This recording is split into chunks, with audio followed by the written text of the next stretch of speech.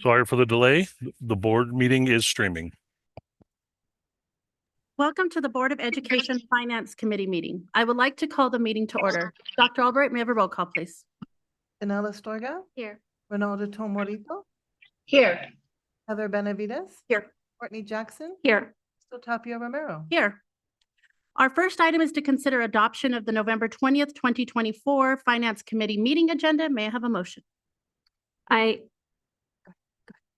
move to adopt the November 20th, 2024 Finance Committee meeting agenda. This is Board Member Jackson. I'll second. This is Board Member Benavides. Thank you, Dr. Albright. Danella Astorga. Yes. Ronaldo Tomorito. Yes. Heather Benavides. Yes. Courtney Jackson. Yes. Tapia Romero. Yes. Our next item is to consider approval of the minutes from the Finance Committee meeting on October 23rd, 2024. May I have a motion? I move that we approve the minutes from the Finance Committee meeting on October 23rd, 2024. This is Board Member Benavides. I'll second. This is Board Member Jackson. Thank you, Dr. Albright. May I have a roll call? Danella Astorga. Yes. Ronaldo Tomorito. Yes. Heather Benavides. Yes. Courtney Jackson. Yes. Tapia Romero. Yes. Our next item is an update on the district's investment program for the first quarter of FY 2025. Our presenter for this is Ms. Apodaca and Mr. Turnbull from accounting. You have the floor. Madam Chair, members of the board, Mr. Hawkes. Again, this is an investment summary for the period of July 1st through September 30th of 2024. If you look through your package, you'll see a summary plus some other documentation related to the district's investments. The portfolio is primarily invested in the money market fund. Book yield on the portfolio increased from 4.77 to 4.8%. Interest earnings were approximately 9.5 million to 6.5 million last quarter. Breakdown of asset classes: 38% investment money market fund, 32.2% in U.S. Treasury and agency bonds, 21% in the local government investment pool, and 8.8% in bank deposits. Current money market funds are approximately 291 million compared to 343 million last quarter. Current Treasury investments are 243 million compared to 151 million last quarter. So with that, I stand for questions. Thank you, Mr. Turnbull. And I just wanted to point out the summary that the finance team included for us, which gives us a really good overview of what that report looks like. So having said that, members of the committee, do we have any questions related to this item? Okay, I see none. We will go ahead and continue.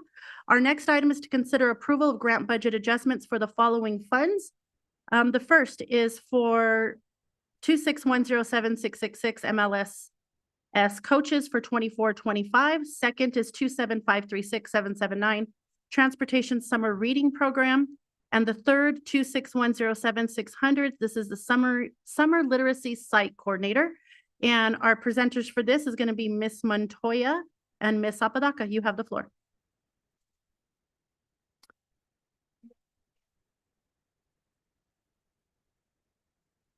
Presenting for your consideration of approval are the items as described: the MLS coaches, the additional reimbursement received, the summer literacy site coordinator stipends. And with that, I stand for questions. Perfect. Thank you, Ms. Montoya. Members of the committee, do we have any questions related to this item? No question. Okay, I see none. We will go ahead and continue.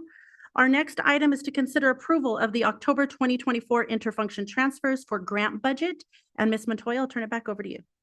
Madam Chair, members of the board, Deputy Superintendent Hawkes, presenting for your consideration is the approval of the interfunction transfers for grant management for September 2024.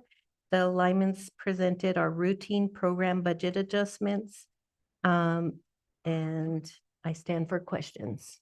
Thank you, Ms. Montoya. Members of the committee, do we have any questions? Okay, I see none. We'll go ahead and continue. Our next item is to consider approval of the October 2024 intra-function transfers for grant budget. And Ms. Montoya, back to you. Thank you, Madam Chair, members of the board. Deputy Superintendent Hawkins presenting for your consideration of approval the intra-function transfers for grant management. We are continuing to distribute our out-of-school time budgets to schools for program approved applications. I stand for questions. Thank you. Members of the committee, do we have any questions? Okay, thank you. We will continue. Our next item is to consider approval of the October 2024 interfunction transfers for all non-categorical funds. And Ms. Montoya, you continue to have the floor. Thank you, Madam Chair, members of the board, Deputy Superintendent Hawkins. This agenda item requests your approval of 7 interfunction budget transfers in the operational fund totaling $49,000. 3 of the 7 transfers use at-risk funds and the remaining 4 use general funds. And with that, I stand for questions. Perfect. Thank you. Members of the committee, any questions? I see none. We will continue. Our next item is to consider approval of the October 2024 intrafunction transfers for all non-categorical funds. And Ms. Montoya. Thank you, Madam Chair, members of the board.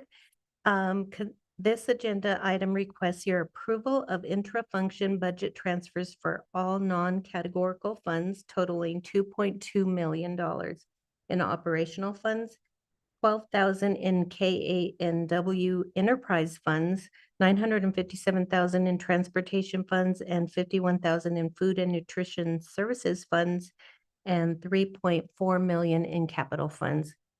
And I stand for questions. Thank you. Members of the committee, any questions? No, I see none. And again, thank you for those summary reports. Huge help. It just, Great. yeah, it breaks down these items that are Thank easy you. to read.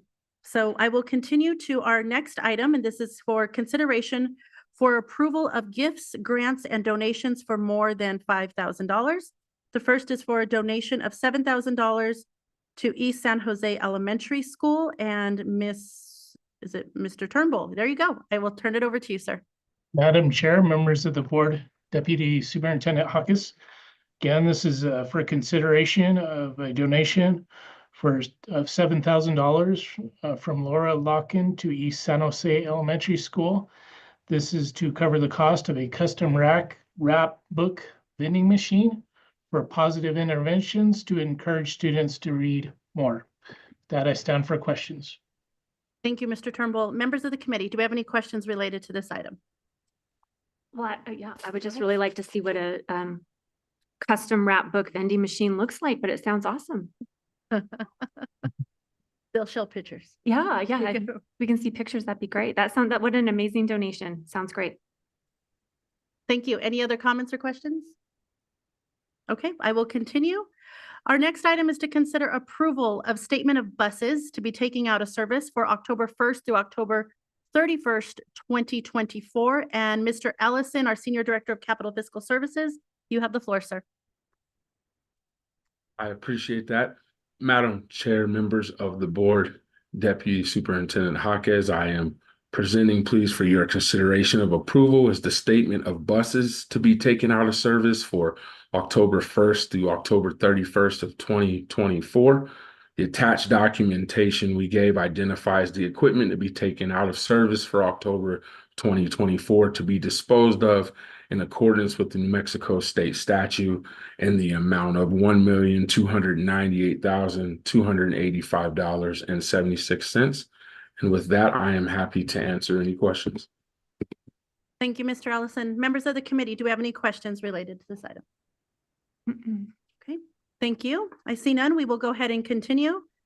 Our next item is to consider approval of district purchase or expenditure that equals or exceeds $500,000, and this is for middle school redesign consulting services. And our presenter for this is Ms. Oh goodness, Jet Gensler.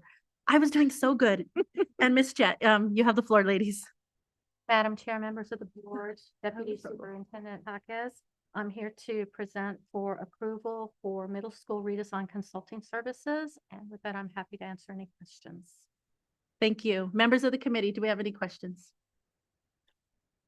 Okay, I see none. I don't know what I did. I was doing on roll with your name. Golly. So our next item is to consider approval now of the October 2024 cash disbursements, and I will turn it back over to you. Thank you, Madam Chair, members of the board, Deputy Superintendent Hawkes. I'm requesting approval of the October 2024 cash disbursements. I'm happy to answer any questions. Perfect. Thank you. Members of the committee, do we have any questions on this item? No. No. Okay. Thank you so much. Thank you. Our next item is to consider recommending the consent agenda for board approval of items discussed during the October 20th, 2024 Finance Committee meeting. These include the grant budget adjustments, October 2024 grant and budget inter and intra-function transfers, gifts, grants, and donations, statement of buses taking out of service for October 1st to the 31st, 2024, district purchase or expenditure that equals or exceeds $500,000 for middle school redesign consulting services, and finally, October 2024 cash disbursements. May I have a motion, please? I move that we recommend consent agenda board approval of items discussed during the November 20th, 2024 Finance Committee meeting, including grant budget adjustments, October 2024 grant and budget inter and intra function transfers, gifts, grants, and donations, statement of buses taken out of services for October 1st through October 31st, 2024, district purchases or expenditures that equal or exceeds $500,000, including middle school redesign consulting services, and finally, October 2024 cash disbursements. This is Board Member Benavides. I will second. This is Board Member Astorga. Thank you. Dr. Albert, may I have a roll call? Janelle Astorga, Yes. Ronaldo Tomorito, Yes. Heather Benavides. Yes. Courtney Jackson. Yes. Crystal Tapia Romero. Yes. So our next Finance Committee meeting will be Wednesday, December 18th, 2024 at 5 p.m. here at the Alice and Bruce King Educational Complex at 6400 Uptown, or virtually when you can watch on APS Board of Education YouTube channel. And with that, this meeting is adjourned, followed by a special Board of Education meeting.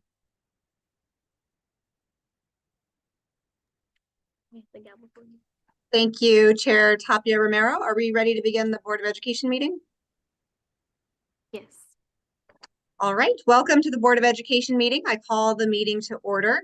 I want to remind everyone speaking during tonight's meeting that we use closed captioning on the YouTube live stream, so please speak as clearly as possible. Now I ask that you will please join us and follow along with Secretary Astorga as she says the Pledge of Allegiance in English and Spanish.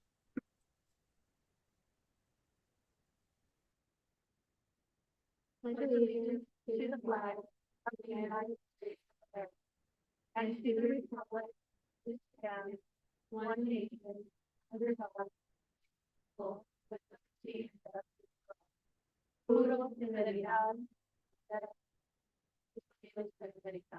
y a la república que representa una nación bajo Dios, indivisible, con libertad y justicia para todos.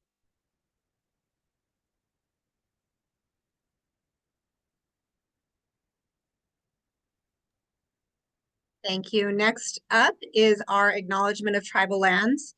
We gratefully acknowledge the Native peoples on whose homelands we gather, as well as the diverse and vibrant Native communities who make their home here today. I'd like to next ask for a moment of silence for those who have given their lives in service to this country.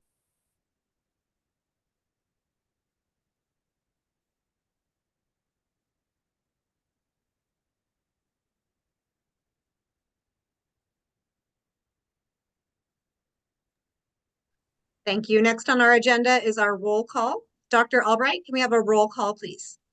Janelle Astorga, Here. Ronaldo Tomorito, Here. Heather Benavides, Here. Crystal Tapia Romero, Here.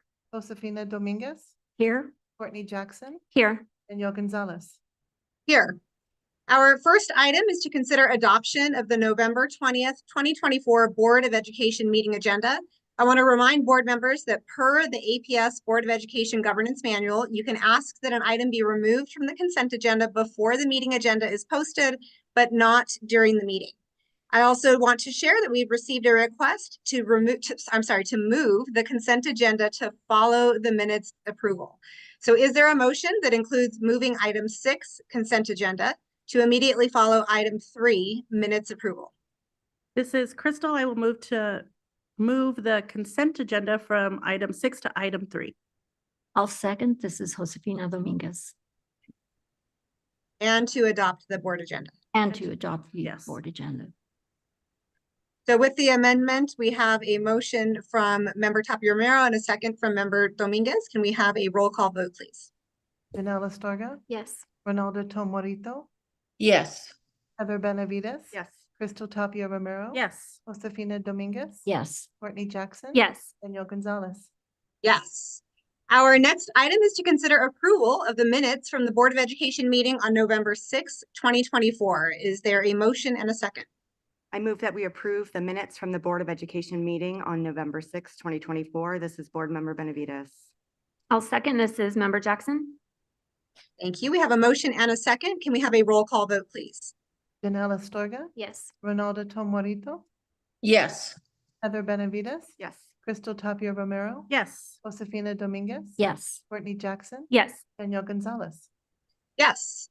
Our next item is to consider approval of the consent agenda, which includes items 6.1 through 6.9. Is there a motion and a second? I move to approve the consent agenda items 6.1 to 6.9. This is member Jackson. I'll second. This is Josefina Dominguez. Thank you. We have a motion and a second. Dr. Albright, can we have a roll call vote, please? Janelle Astorga, Yes. Ronaldo Tom Morito, Yes. Heather Benavides. Yes. Crystal Tapia Romero. Yes. Josefina Dominguez. Yes. Courtney Jackson. Yes. Danielle Gonzalez. Thank you. So the motion carries and the consent agenda is approved. Our next item is public forum, and Board Secretary Astorga, will you please share the instructions for public forum? Yes, thank you. Welcome to our public forum guests. When you signed up to speak, you were asked to review rules and expectations, which our presiding officer will enforce. The New Mexico Open Meetings Act requires that our agenda specify in advance the items that will be discussed and voted on during this meeting. Therefore, public forum is not a dialogue among speakers and board members, but rather a chance to hear from our community. We will call participants to speak in the order they signed up, whether in person or virtual. Those here with us tonight will be asked to come to the microphone at the back of the room when their name is called. Online guests will stay in a virtual waiting room until it is their turn to speak. We have set aside 45 minutes for public forum. If there are 22 or fewer speakers, you will each have 2 minutes to speak. Otherwise, you will have 1 minute. Tonight, we have 44 speakers, 13 on Zoom, 31 in person. Once your time is up, you will be asked to quickly wrap up. If you feel unable to convey your message, you may email boarded@aps.edu. We have received many emails already. In addition, for those of you here tonight, a representative from our service center is here to assist you. Mr. Gonzalez, please introduce the speakers. Thank you, Board Member Astorga. Our first 3 speakers tonight are on Zoom. Stephanie Wallstrom is our first speaker. Let me get the timer set up, and you will have 1 minute once you begin speaking. Hello, can you hear me? We Can you hear me okay? We can. Give me 1 second. Let me make sure the timer's up so you can see it. Can you see the timer? I cannot. I can now, thank you. Okay. So once you begin speaking, you'll have 1 minute. All right, thank you. I'm Stephanie Wallstrom, a board-certified APS teacher. I'm here to push back on the bigotry infiltrating our meeting tonight. In 1990, Dr. Rudine Sims Bishop published a very famous essay titled Mirrors, Windows, and Sliding Glass Doors. Her essay highlights that books serve as both mirrors for children to see themselves and windows to see in other worlds. By banning books, we are taking that opportunity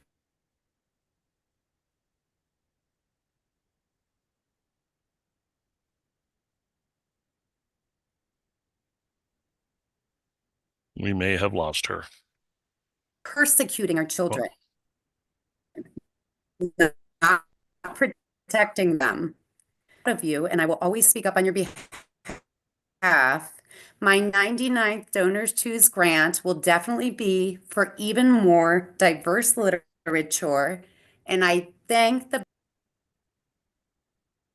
I think we lost her. Our next speaker is Austin Campbell. Austin, are you there? Yes. Austin, you'll have 1 minute once you begin speaking. Good evening. My name is Austin Campbell, and I'm an educator at Albuquerque High School. I want to thank the school board for their ongoing support and commitment to enriching the lives and learning experiences of all our students. I'd like to take my time to talk about the organization behind these book banning efforts, the so-called Moms for Liberty, and present some facts about this organization. The Southern Poverty Law Center has labeled them an extremist hate organization. These are the people that have attempted to ban books detailing the history of people like Ruby Bridges, who fought against the racist segregated schools only 60 years ago, because the reality of American segregation makes them uncomfortable. Their organization has close political ties to the Proud Boys and other white nationalist organizations. Enrique Tarrio, former leader of the Proud Boys and currently serving 22 years in federal prison, endorsed their efforts, calling them, and I quote, the Gestapo with vaginas. The front cover of one of their newsletters in Indiana carried a direct quote from Adolf Hitler. Their members have been arrested for threats of political violence against other school boards across the country. These are the people that will tell you they will keep their family safe while stripping away your rights and freedoms. Austin, I have to stop you. That's over 1 minute. Can you wrap up in one quick sentence? I'm done. Thank you very much. Thank you, sir. Our next speaker is Christina Jovovich, I believe. Christina, are you there? I'm here. Can you hear me? Yes, ma'am. You'll have 1 minute once you begin speaking. Thank you. I'm Christina Socorro Jovovich, and I'm a writer and mother to a 7th grader. APS has a proud history of supporting LGBTQIA+ by adopting a policy protecting the privacy and rights of trans students in 2017. I urge the board to refuse to let out-of-state extremists ban access to LGBTQIA+ content at our schools. My son and his peers need to see themselves reflected in the books they encounter at school and to understand those with different identities. This has been shown to improve educational outcomes and to save lives of marginalized students. We must educate young people to be informed, empathetic, and kind so they grow to work and live productively among the diverse population of our state.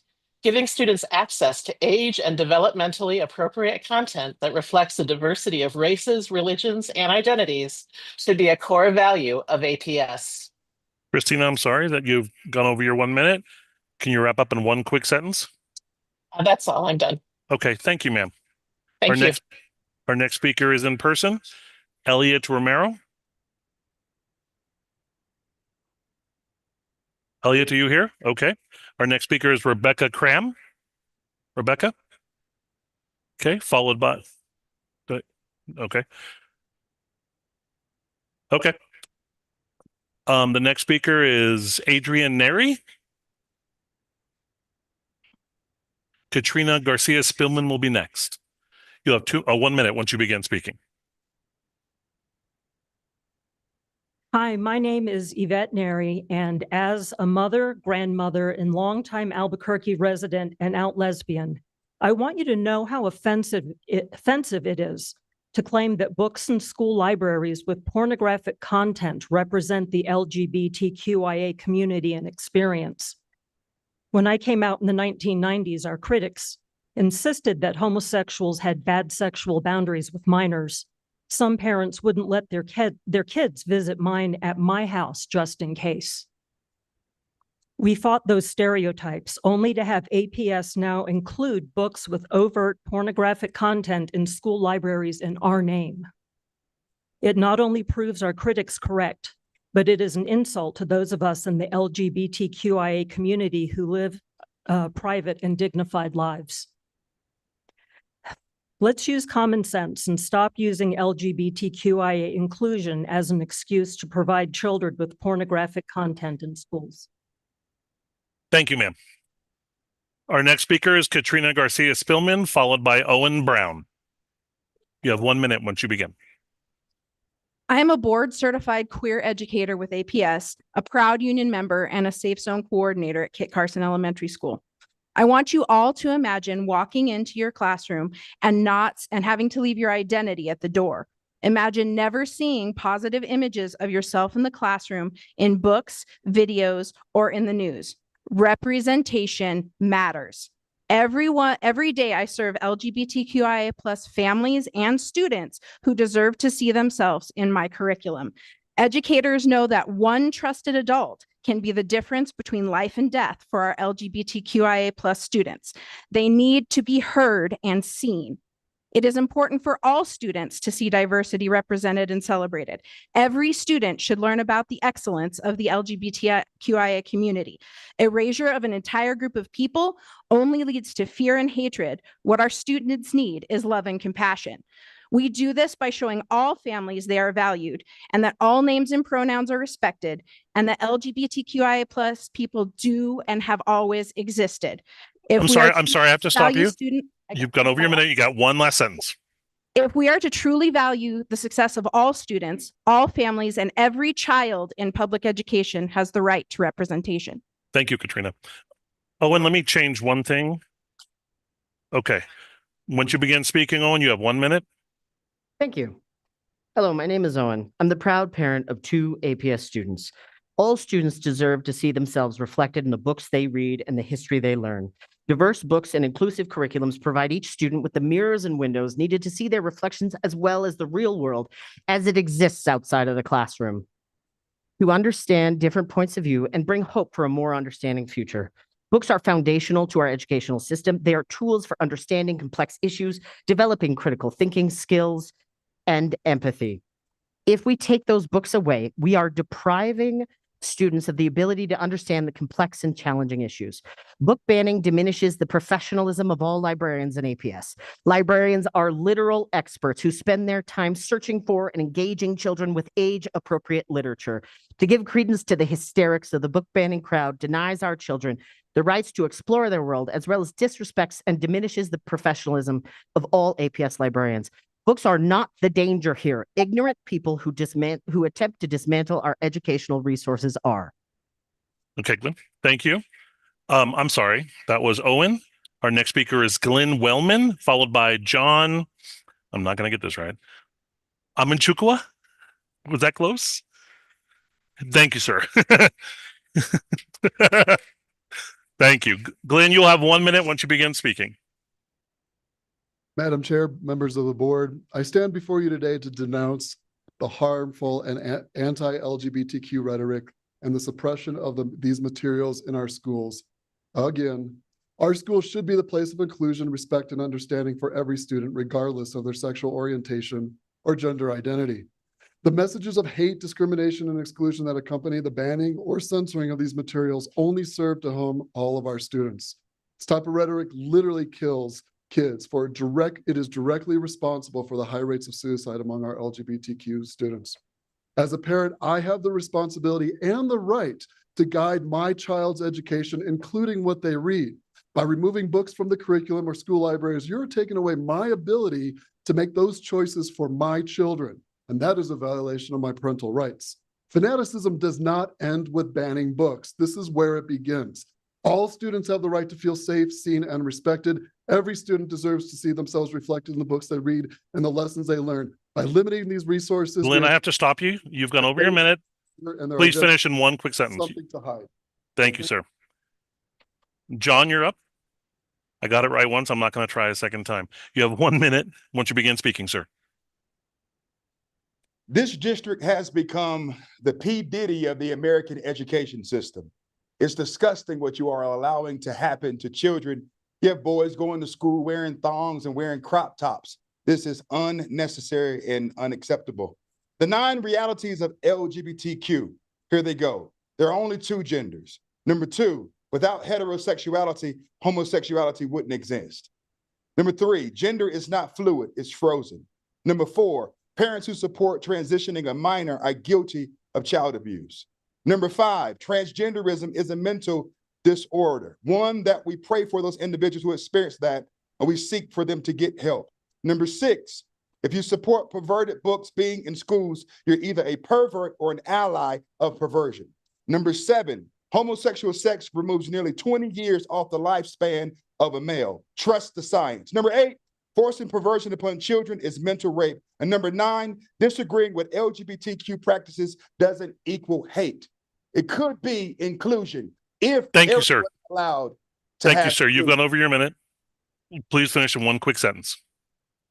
If we're going to have diversity, equity, and inclusion, we need to allow everyone to have it, not just people who choose poor lifestyles. Maybe everyone else can have it like people who think otherwise. That's Thank it. you, sir. Thank you. Jack Cheney, followed by Garen Hostetler. Jack, you. you'll have 1 minute once you begin speaking. Thank you, school board, for your time. As a white cis male who was fully educated within the public school system in Nevada, so not here, but elsewhere, I would have appreciated the opportunity to learn more about myself openly rather than just follow heteronormative behavior like I thought I should. There were parts of my sexuality I didn't really understand until my late 20s. And if I had the chance, I wish I could have figured out sooner. That's why I believe any ban on books involving LGBTQ plus content is not only misdirected, but harmful for our kids as we continue moving forward in this world. We already have people who are poorly educated in U.S. history, people who are denying the reality of racism and sexism, both in the past and present, and the strange fixation on things being woke when all anyone is trying to show is empathy and at minimum tolerance. Banning any of the books discussed tonight will continue us down this rabbit hole of hate, ignorance, and fear, both with others and ourselves. And that is why I decided to speak tonight. Thank you. Thanks, Jack. Appreciate you. Garen Hostetler, you're next, followed by Christina Herrera first. You'll have 1 minute once you begin speaking. My name is Garen Hostetler. I'm an Albuquerque resident now, but I spent most of the last decade working as a children's librarian in Nebraska. One thing I've seen a lot in meetings like this is that someone will stand up and start reading excerpts from books that are available as optional reading for high schoolers that have some cussing or sexual terms in them. They'll read these excerpts even if younger kids are in the room. They'll read them if high schoolers are in the room who didn't choose to read that book. This feels awkward and wrong for everyone because it is. The hope is that you'll pin that feeling from their bad behavior on the books and agree that they're bad books. But your teachers and media specialists aren't out there reading beloved to third graders.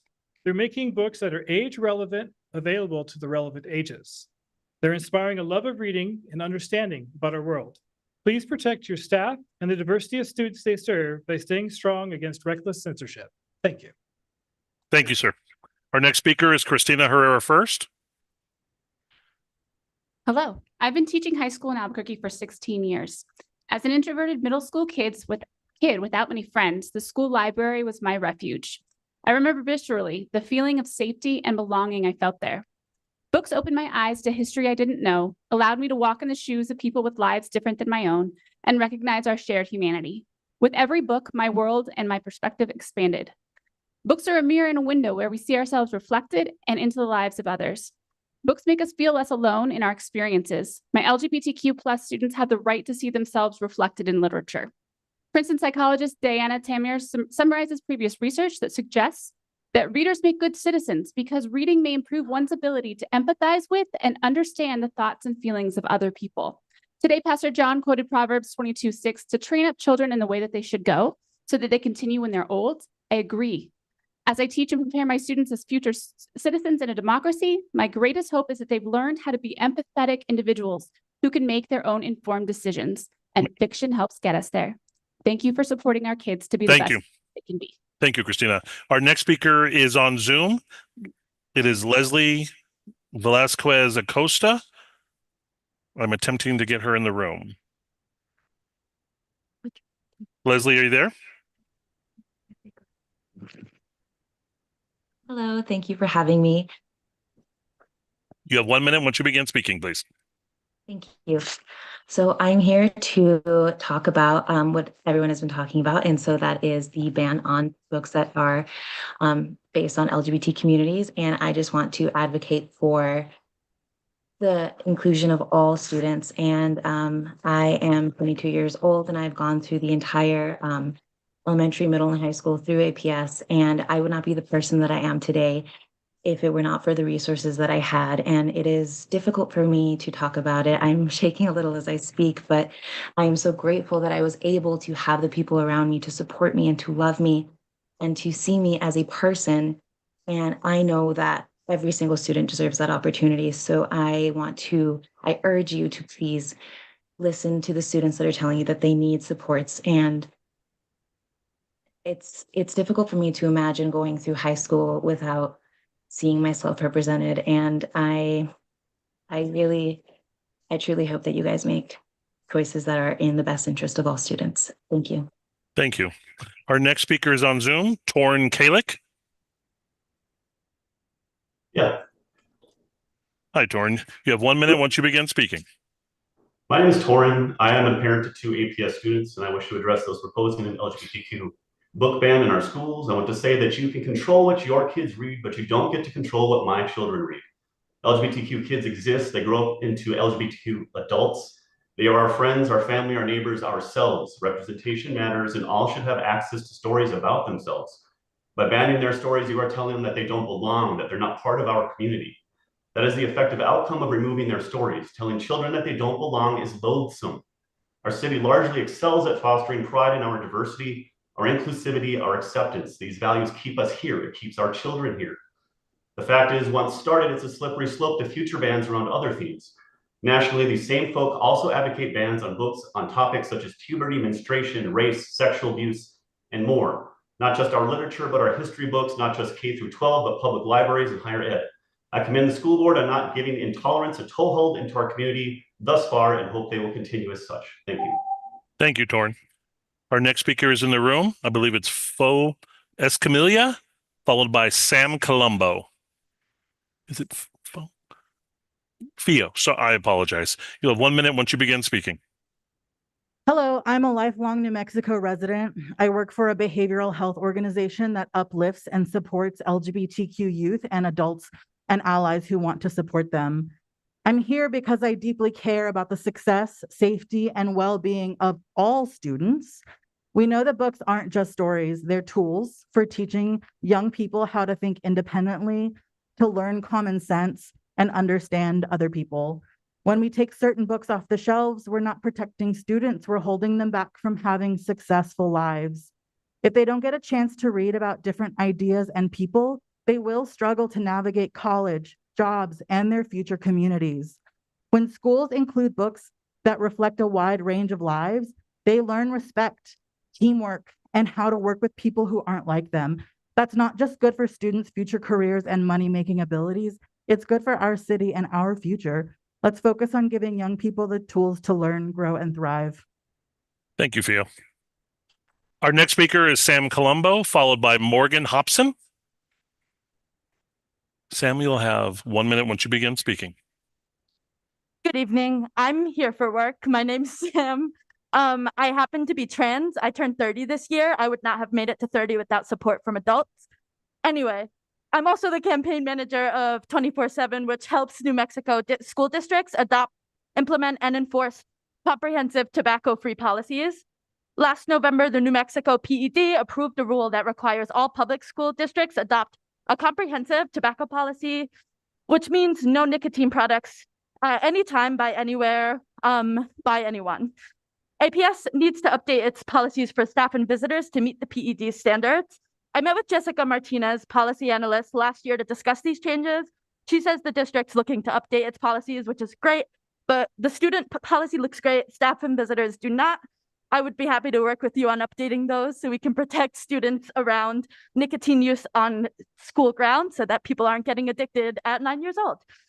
You have my contact info. Let's be in touch and let's collaborate. Thank you very much. And love your neighbor, even if they're trans. Thanks. Thank you, Sam. Our next speaker is Morgan Hobson.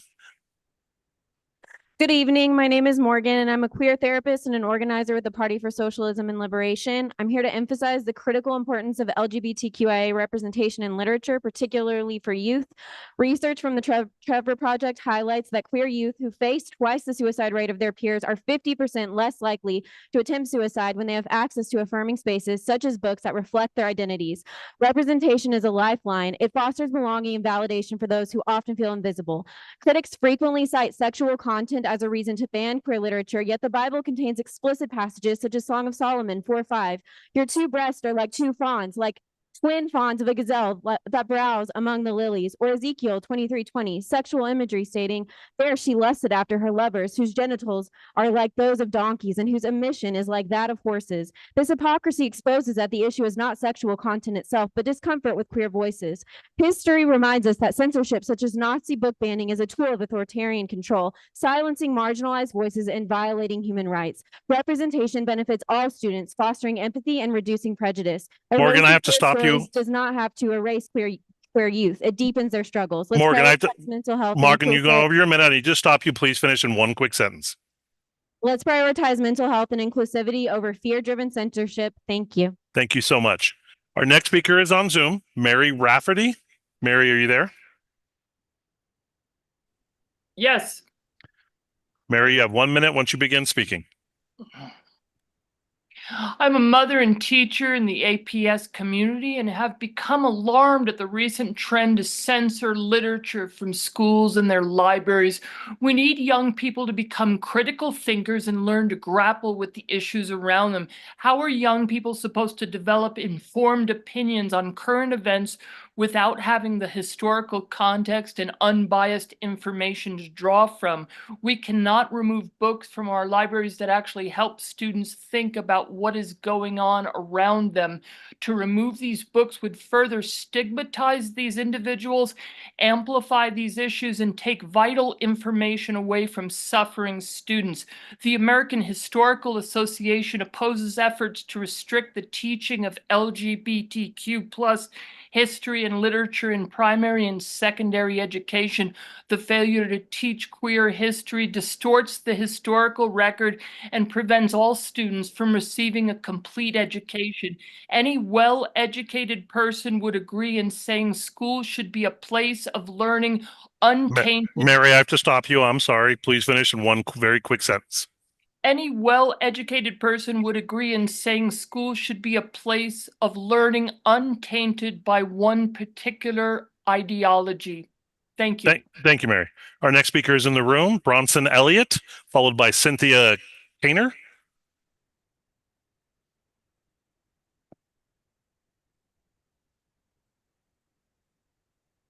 Bronson, you'll have 1 minute once you begin speaking.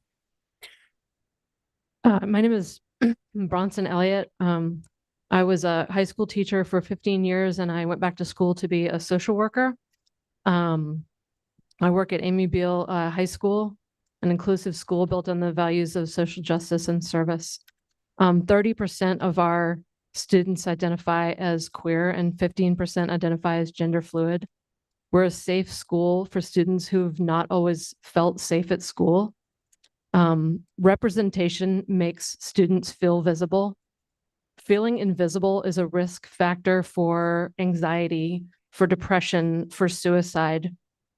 Feeling visible creates connection, and visibility can save lives. Thank you. Thank you. Our next speaker is Cynthia Kainer, followed by Ty Bannerman. Hello, I'm Cynthia Kanner. United States rejoined UNESCO, the United Nations Educational, Scientific, and Cultural Organization in 2023, and adopted several documents from the UN General Assembly, one being the Peace Education Report. This report seeks to influence students' values and beliefs, pushing them to have a globalist mindset and question the founding ideals of U.S. national sovereignty and individuality to pave the way to global governance by unelected bodies of the United Nations under the pretense of equity, peace, and sustainable development. Social emotional learning, SEL method, also aim to shape a global perspective with socialist policy that can lead to global communism. Let's educate, not indoctrinate, to undermine American value. Visit Will for Prosperity, WILLFOR prosperity.com to learn more. And you may also Thank sign you, up Cynthia. to join us in this critical fight. Thank for you, our Cynthia. children's future. Thank you. Thank you. Our next speaker is Ty Bannerman. Ty, you have 1 minute once you begin speaking. A public school should be a welcoming and safe space for all students, regardless of faith, race, sexual orientation, or gender identity.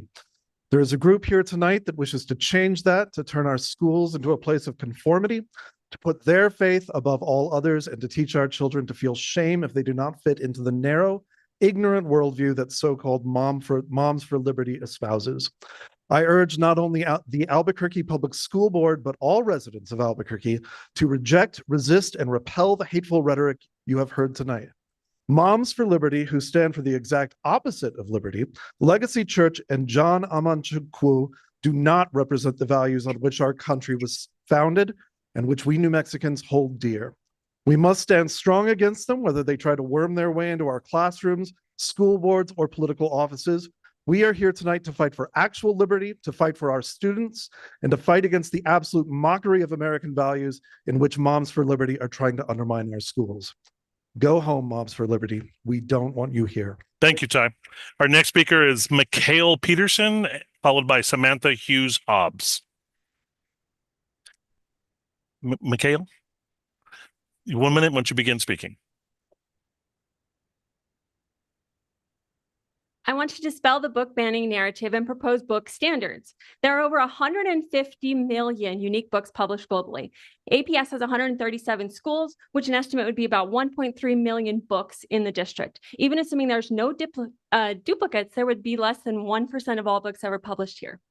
So is it banning books to not have all 150 million books accessible? No. We must use discernment when selecting materials in our schools. Over 3,000 APS books are tagged sex and sexuality. To safeguard our children, the FCC restricts the broadcast of indecent and profane material to specific hours. Federal law prohibits obscene, indecent, and profane content from being broadcast on the radio or TV. Why would our schools be different? The FCC bans sexual content because kids might be watching or listening, yet we as APS have school staff advocating to provide it. If you don't want sexually explicit materials read here amongst the adults, and if it can't be broadcast onto federal airways, it should not be provided or broadcast into our children's brains in our schools. Please consider better policy on which books are in our district. Thank you.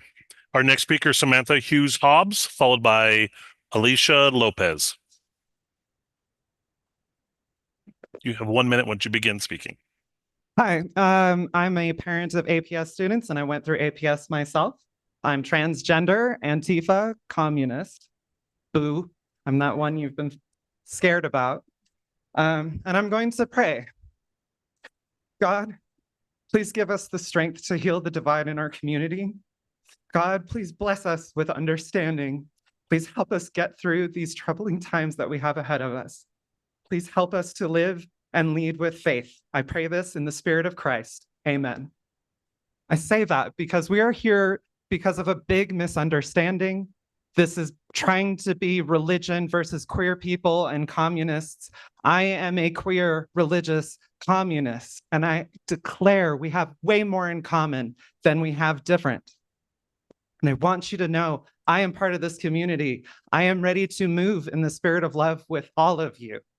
I too am concerned about my children. I'm concerned more about why they are so sad, why we have antidepressants and Adderall as like a standard expected thing that they need to take in order to get the grades, in order to get the job.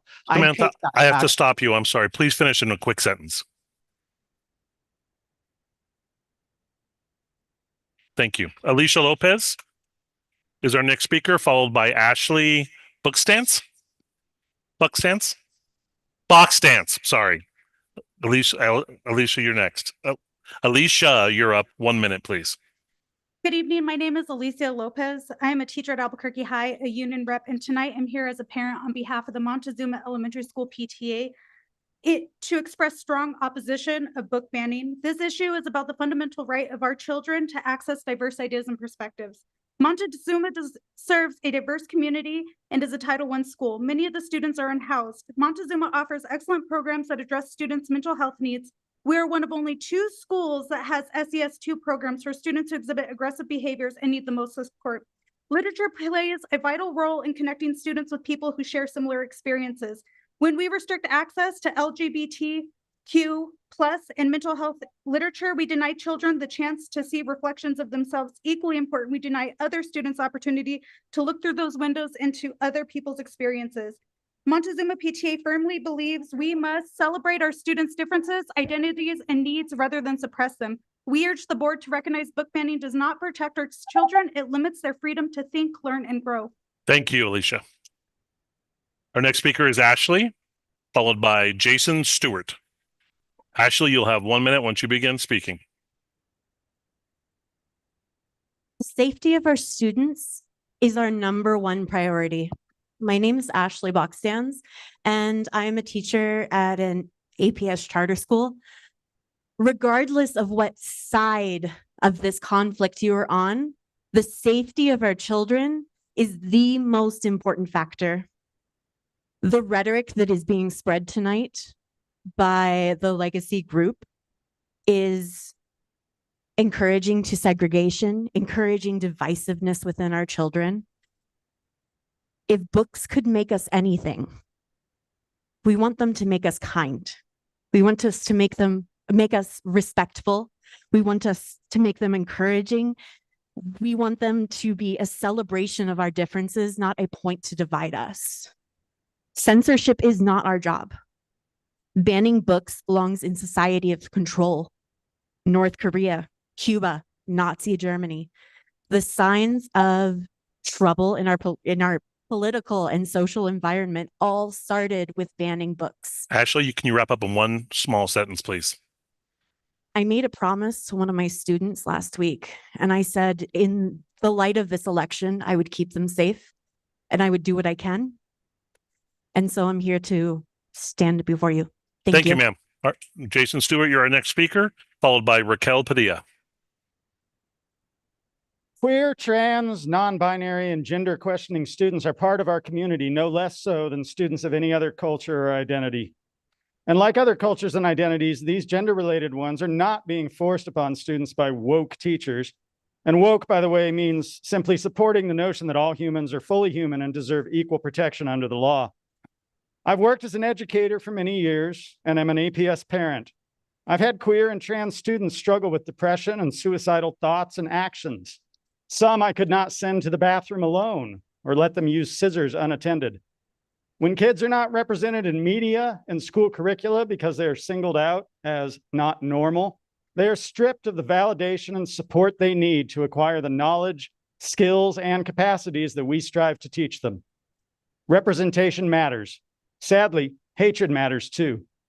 Do not let hate be a guiding value in determining what our students can read. Thank you. Thank you, sir.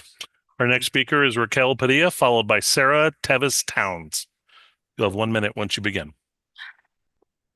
In third grade, my son's librarian read Julian is a Mermaid, a book about a boy who wants to be a little girl. The fact that this teacher thought that it was okay to read this book out loud blows my mind. It was not appropriate, and it placed a wedge between myself and my son. In the following days, my son had a hard time understanding why I was so upset with the school, because he didn't understand the wrongdoing his teacher had done. After all, he was 8. How could I expect him to understand these ideas? I no longer viewed my relationship with the school as a partnership, but as a threat to my family's religious beliefs. It took lots of conversation and time to undo all that that librarian had done in just one day. And then I realized that the first exposure is probably the most important exposure to certain ideas. And I was not going to let this school introduce topics that we as a family do not agree with. APS should partner with families to educate kids in reading, writing, and math, not working against them, pushing their liberal ideas through literature that was done to my son. To assume that everybody agrees with you is naive and wrong. Thank you. Our next speaker is Sarah Tevis Towns, I believe. And after that will be Jules Myers. You'll have 1 minute.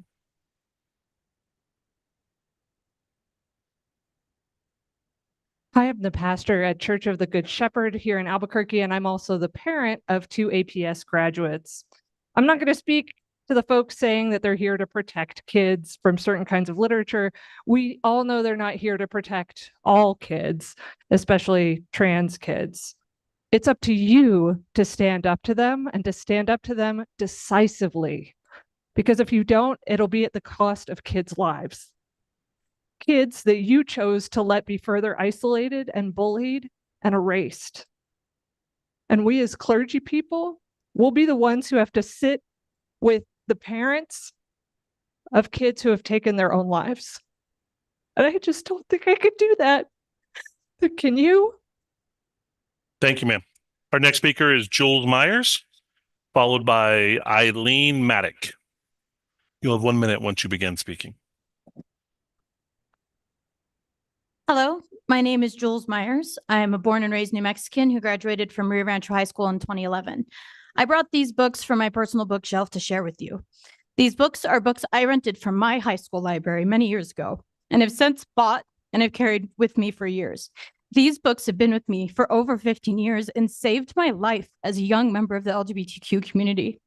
They were my lifeline in a time before marriage equality, before the LGBTQ stories were talked about in wider media, and before I was able to safely come out to my friends and family. They gave me a sense of belonging, a sense of pride, and a promise that I could one day be exactly who I am without shame.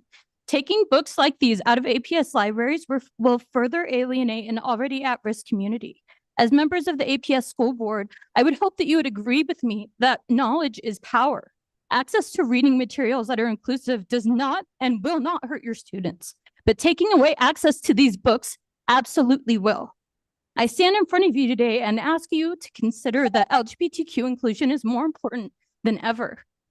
The students in your schools deserve to have these books. They deserve to have the access that I had 15 years ago. I have to stop you. You've gone over a minute. Please finish in a quick sentence. That's it. Thank you. Thank you. Eileen Medic, you have 1 minute once you begin speaking, followed by Courtney Lawton. Good evening. I'd like to thank the board members and the superintendent for their belief that all students need to feel that they belong and are valued members of their school communities. This is evidenced by the creation and pursuit of Goal 4 and Guardrail 4. The results from this fall's Goal 4 survey, just came out yesterday, shows that district-wide only 38% of APS students feel like they belong in their schools. It's even lower at the high school level. I've been a high school English teacher for 18 years, and I've seen firsthand the need for students to see themselves, their families, and their communities, both in instructional materials and in library books. Our Black, Hispanic, and Indigenous students prosper when their heritage and culture are part of the curriculum. Girls prosper in math when they see themselves in STEM books. And no differently, our LGBT students will care about school when they see themselves in the curriculum and know that they too are entitled to grow up and create happiness for themselves. Thank you. Thank you. Our next speaker is Courtney Lawton.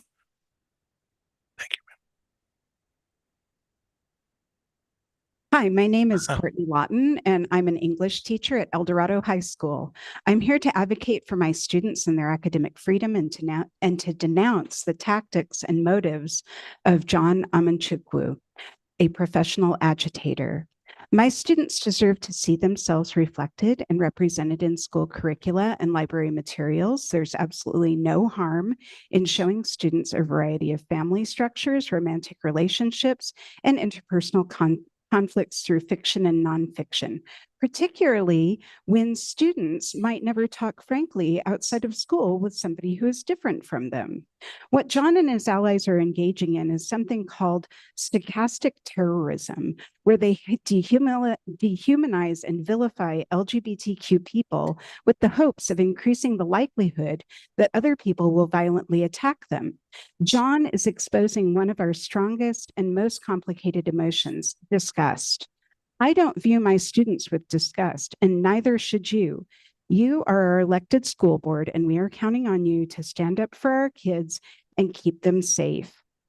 Amy, I'm sorry, you've gone over your minute. Please wrap up very quickly in a short sentence. Basically, if literature could make people straight, I've read a lot of Victorian lit, and I'm not swanning around on moors, marrying toxic men. I am a lesbian. Thank you. Our next speaker is on Zoom. Amy Merhej, I believe. Merhej? Merhej. Yeah. Merhej, okay. You'll have 1 minute once you begin speaking. Good evening. Thank you for your work on the board and the opportunity to speak tonight. My name's Amy Merhej. I've lived in Albuquerque for 20 years. For the past 15 of them, my kids have gone to APS public schools. I'm also a pediatric nurse practitioner, and I've dedicated my career to caring for children in New Mexico. Our children have the right to access materials that teach them about themselves, as well as different points of view and experiences. This is the foundation of empathy. Restricting access to books based on topics a vocal minority finds objectionable is harmful to our students and community and has no place in our schools that serve our beautiful and diverse students. School-based support, including gay straight alliance groups and representation of gay and transgender kids, have been shown in multiple peer-reviewed studies to provide a protective effect on the mental health and well-being of children. I have trusted my children in the care of APS educators, and I have zero reason to believe any intervention designed to limit the access to books with ideas that this group opposes will be anything but harmful to our children and our community. Thank you. Thank you, ma'am. Our next speaker is in person, Sarah Jane Allen, followed by Alyssa Vihill. You have 1 minute once you begin speaking. My name is Sarah Jane Allen. I'm a wife, mother, and a small business owner with my husband. All my children attended Double Eagle Elementary School, of which I served for 4 years as the PTA president or vice president. Last spring, while doing some canvassing for the election, I spoke with an amazing mother that lived just down the road from Double Eagle. She was the school nurse. Before she left, she was given an ultimatum. In order for her to get a safe zone sign outside her office, she was required to sign a contract the school counselor had drafted. In it, she couldn't share any information or the decisions a student made at school with their parents. Every teacher and administrator at this elementary school had to sign this contract to get a sign. The nurse expressed how she felt serious intimidation and a level of hostility she believed, as I do, that parents need to be a part of a student's education. The KB1 policy, Parents' Rights and Responsibilities, this school board passed in 22, did as well, but obviously no longer has merit. Parents. I'm sorry, you've gone over your 1 minute. I need you to trust and value. I need you to wrap it up in one sentence, please. Sorry. Thank you. Our next speaker is Alyssa Vihill. Oop, I started that too early. Hold on. Go ahead. Good evening, members of the Board of Education and all others present. My name is Julian Leonard, and I am representing Alyssa Vihill. I am a student at Albuquerque High School and a trans person. It is important to have a young voice, one of the only young voices in this room, here to represent the concerns of the community as a whole. These concerns are related to the proposed removal of LGBTQ+ literature from school libraries and the general treatment of LGBTQ+ students. Exclusion is a form of hatred, and the last thing a school district should be telling any of its students is that they don't matter. By banning media that share their story, outing students when it could be dangerous for them, and limiting accepting spaces, that is the message you would convey, starting with one minority group that is particularly vulnerable and misunderstood first. Doing this will be in direct violation of APS guardrails number 3 and 5. Furthermore, LGBTQ+ books are removed. If LGBTQ+ books are removed, I fear that books discussing other vital topics like disabilities and our racial identity are I'm sorry. danger. I have to stop you. Please wrap it up in a very quick, short sentence. Thank you for your consideration and time. Trans rights. Thank you. Our next speaker is Amy Harrison.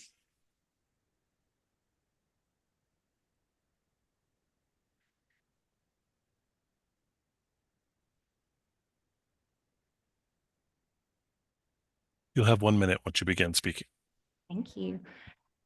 Hello, my name is Amy Harrison. I'm a former APS middle school teacher and a parent of 2 children who have and are currently attending school in APS. And like many other people here tonight, I'm really concerned about a push by anyone, but certainly political groups, to ban certain materials in our schools, really any materials in our schools. And this is why. I trust our librarians to vet books and other reading materials for students. And I trust our educators and our school counselors to choose appropriate, relevant, and representative materials for classroom use. Representation for students is a very effective way to gain engagement and inspire critical thinking. And for a marginalized student, resonating with a character in a novel or the work of an artist can be a bright light in darkness. Even for very young students, seeing themselves in the stories and characters of picture books builds self-esteem and a sense of belonging.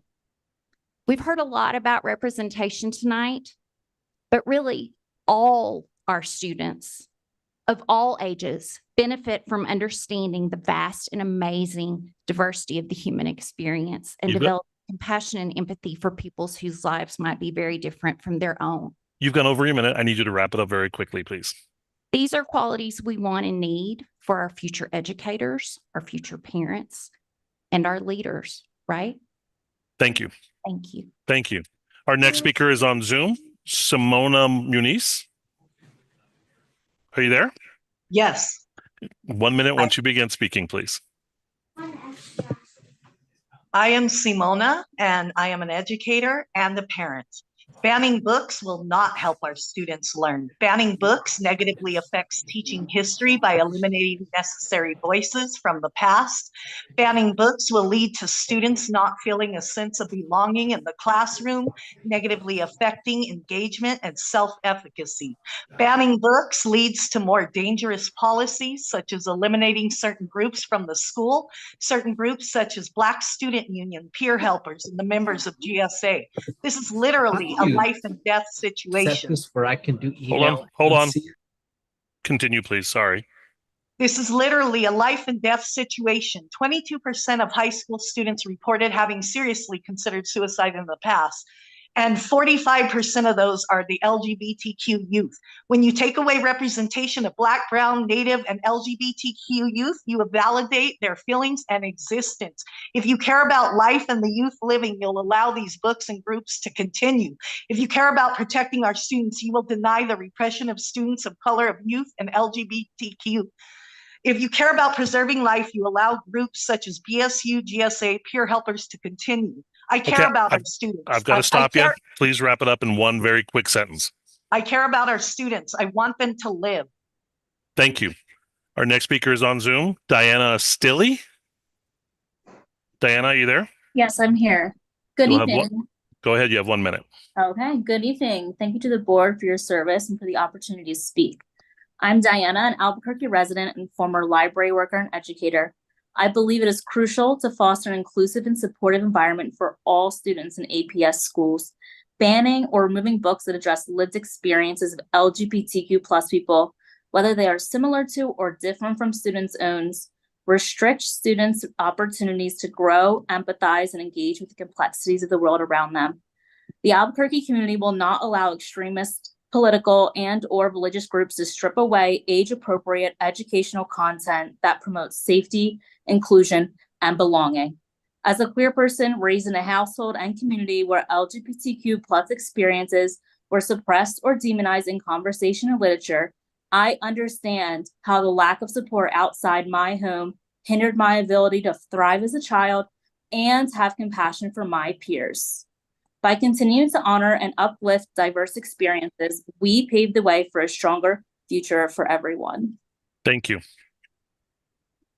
Our next speaker is Kathy Gamble here in the room. Kathy, you'll have 1 minute once you begin speaking.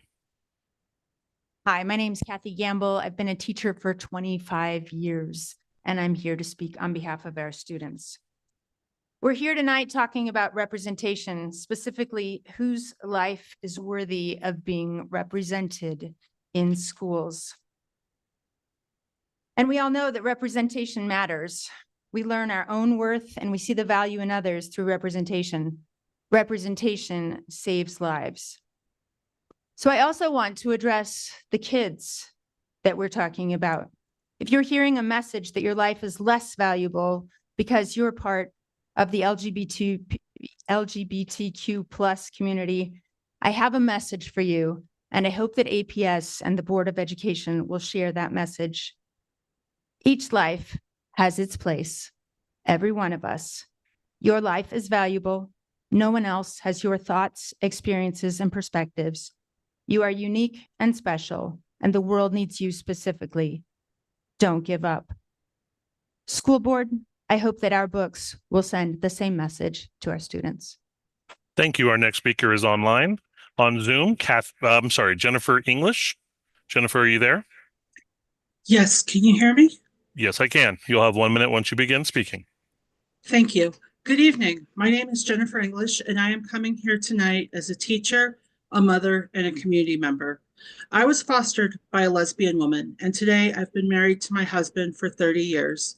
We own a home, raise 2 children, and are what many would call the all-American family. Being surrounded by gay people did not make me gay, just as being raised by straight people doesn't make a gay person straight. And let's face it, reading about penguins does not make me a penguin. Learning about different people, cultures, and lifestyles is called education, not indoctrination. The purpose of education is to develop an understanding of diverse ideas and perspectives, whereas indoctrination is instilling ideology without question or critical thinking. In New Mexico, we cherish our rich history of diverse cultures and value peaceful coexistence. We don't impose beliefs on our neighbors, and our schools should reflect that openness, not fear. Thank you. Thank you, ma'am. Our next speaker is in the room, and that is Sloan Adams. Good evening, members of the board. My name is Sloan Adams, and I work for Turning Point USA Faith, and I represent churches here in New Mexico. I'm not here tonight to condemn or to judge. I'm here to tell you that you're right. Your identity is important. Struggling with this is actually part of being human. But these issues go deeper than pronouns or gender selection. Like having food stuck in your teeth, while we may not like being told, we appreciate someone telling us the truth when our self-image doesn't match reality. I'm here because while children may feel that they are in the wrong body, it is wrong to violate the parent-child relationship. In a country where kids can't get tattoos, drink, vote, or rent cars, it is wrong to allow them to access pornographic and sexual materials.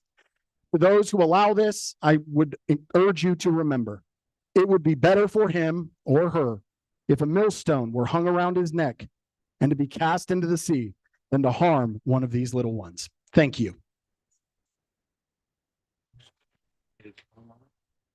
Mariana Anaya, are you there? I am here. All right, thank you so much.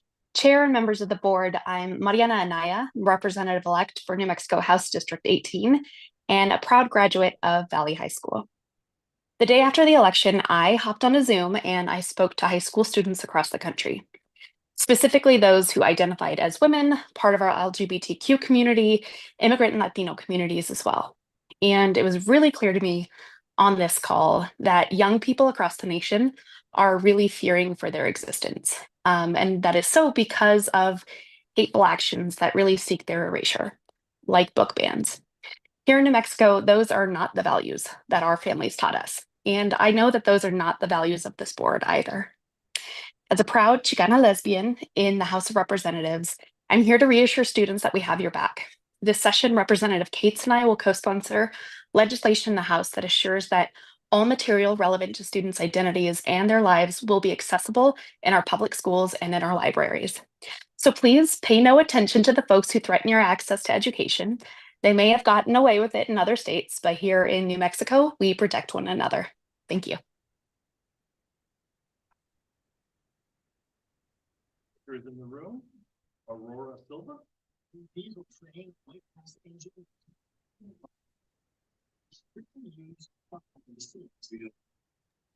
Good evening, everyone. I am Aurora Silva. I teach in APS Public Schools as a special education teacher. I'm here to speak on why it's so important to affirm and support queer youth in our schools.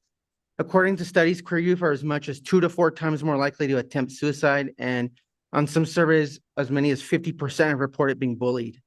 One of the best ways we can reduce this risk and improve their lives is by providing safe spaces in their schools, providing them media and literature that they can see themselves in, giving them hope so they can discover and affirm themselves. We can give them hope that they can have full lives, but they can have futures worth living.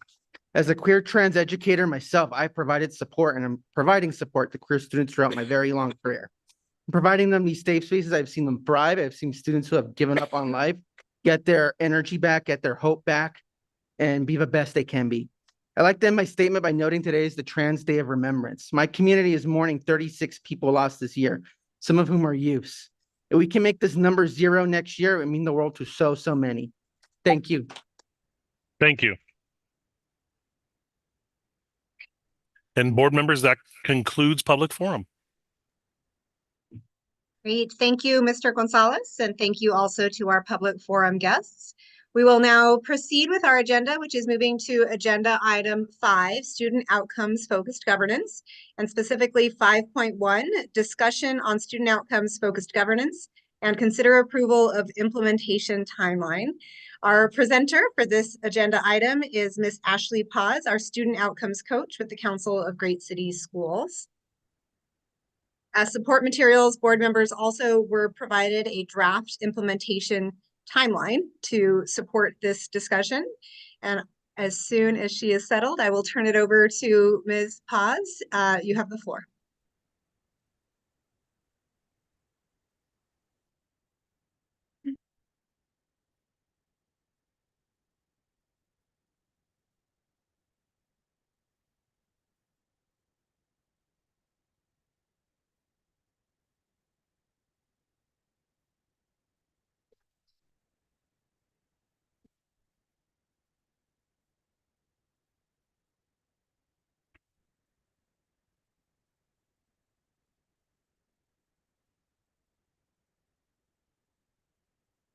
Do I need to turn this on? It's on? Okay, great.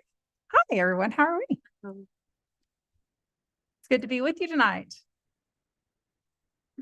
So I'm here to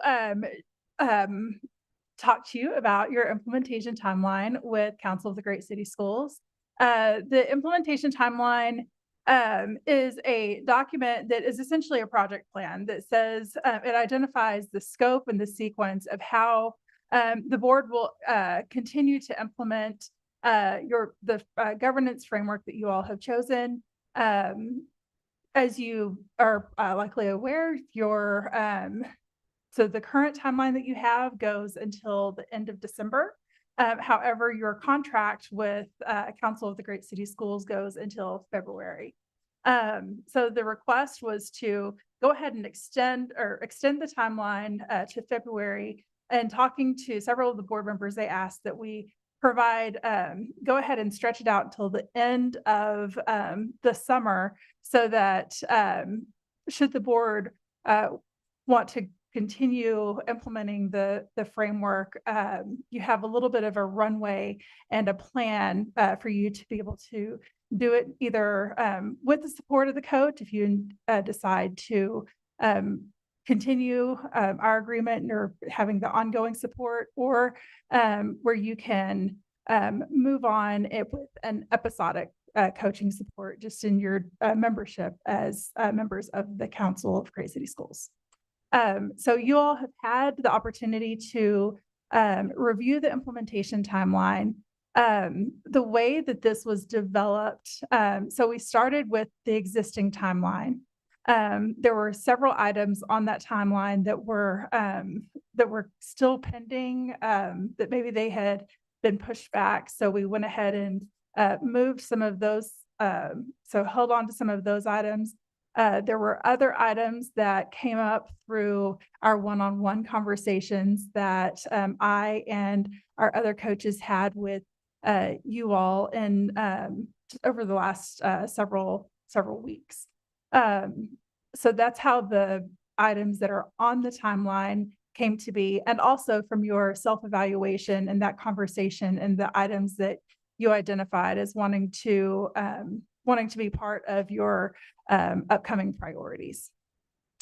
So with that background, I know that you all have had the opportunity to ask a couple of questions, which I believe are posted online for the community to see. And I think you all have had the opportunity to view those.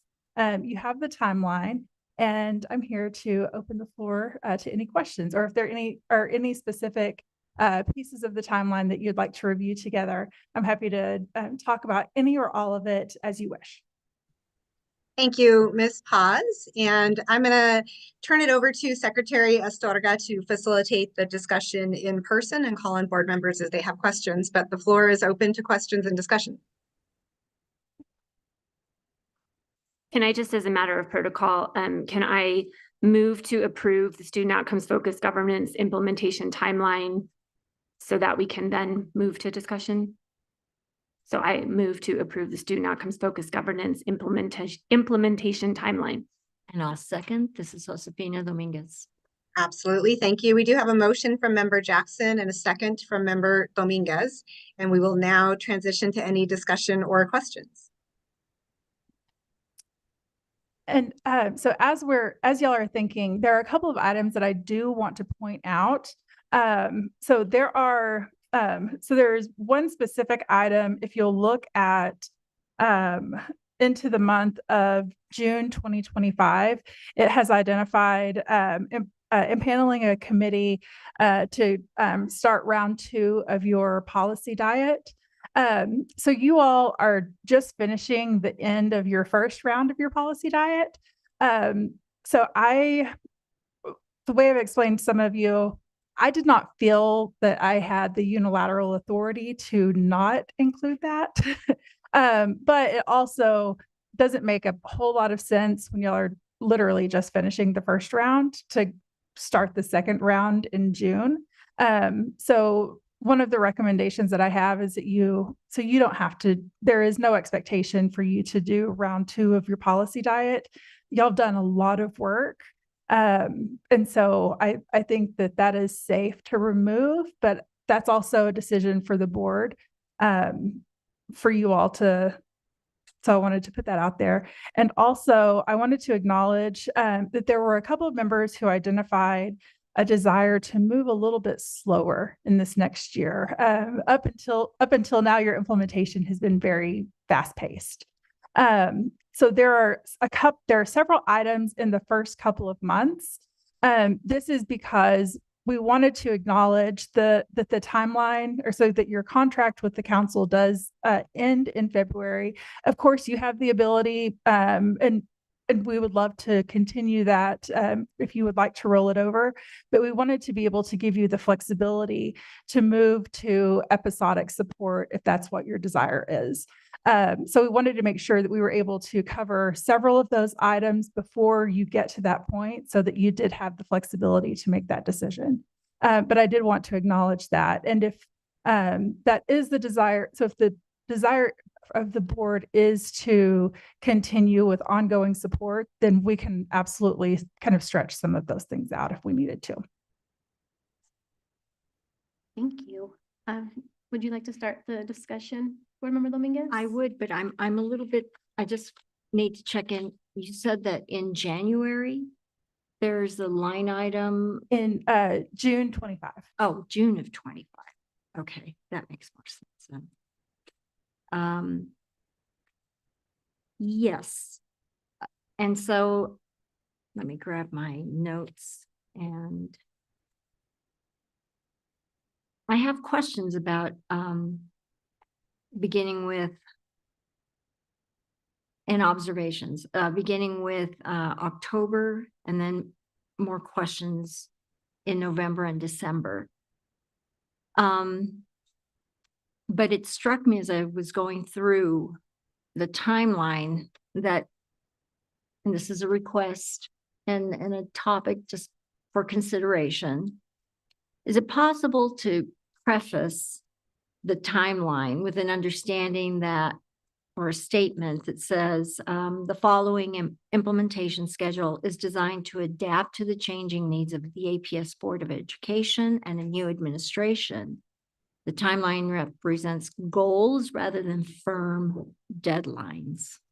So the timeline is, excuse me, the timeline is the agreement of the board that this is, so it is essentially the board saying this is the work that we are going to do at the pace that we want to do it. So this is the scope and the sequence of the work that the board wants to complete over the next year. So you know, your agreement with the council ends in February.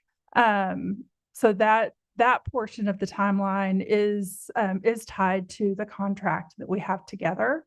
And so right now it's not, it's your current timeline is in place. So the one that ends in December, that's what's tied to the current agreement. But after, so the expectation is that if you make a couple of adaptations, that's usually not a big not a big deal, but if you get significantly off track with any of the items, or if there is something, if there are several portions that end up getting kind of pushed down the road for whatever reason, we do ask that the board come together and have a conversation, because it is important that you all hold true to the word that you've made to one another. And so if the plan changes, the plan that you all have made, then you all need to have the conversation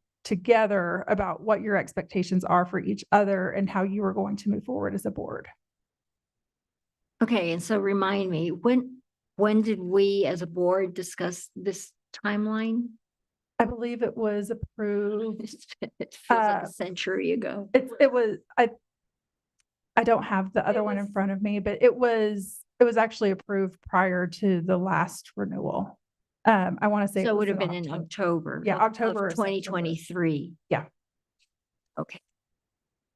And for the most part, the board is still on track for the most part with that current timeline. There are a couple of items that are off. Y'all moved some work up and you moved some work back. But it is still largely aligned with what you all have agreed. And so that's an example of how the plan can change, but when you have like significant differences, when we would encourage you to come back and have a conversation together. Right. Okay. So it seems that a precedent has already been established where we work through some minor adaptations. Yeah.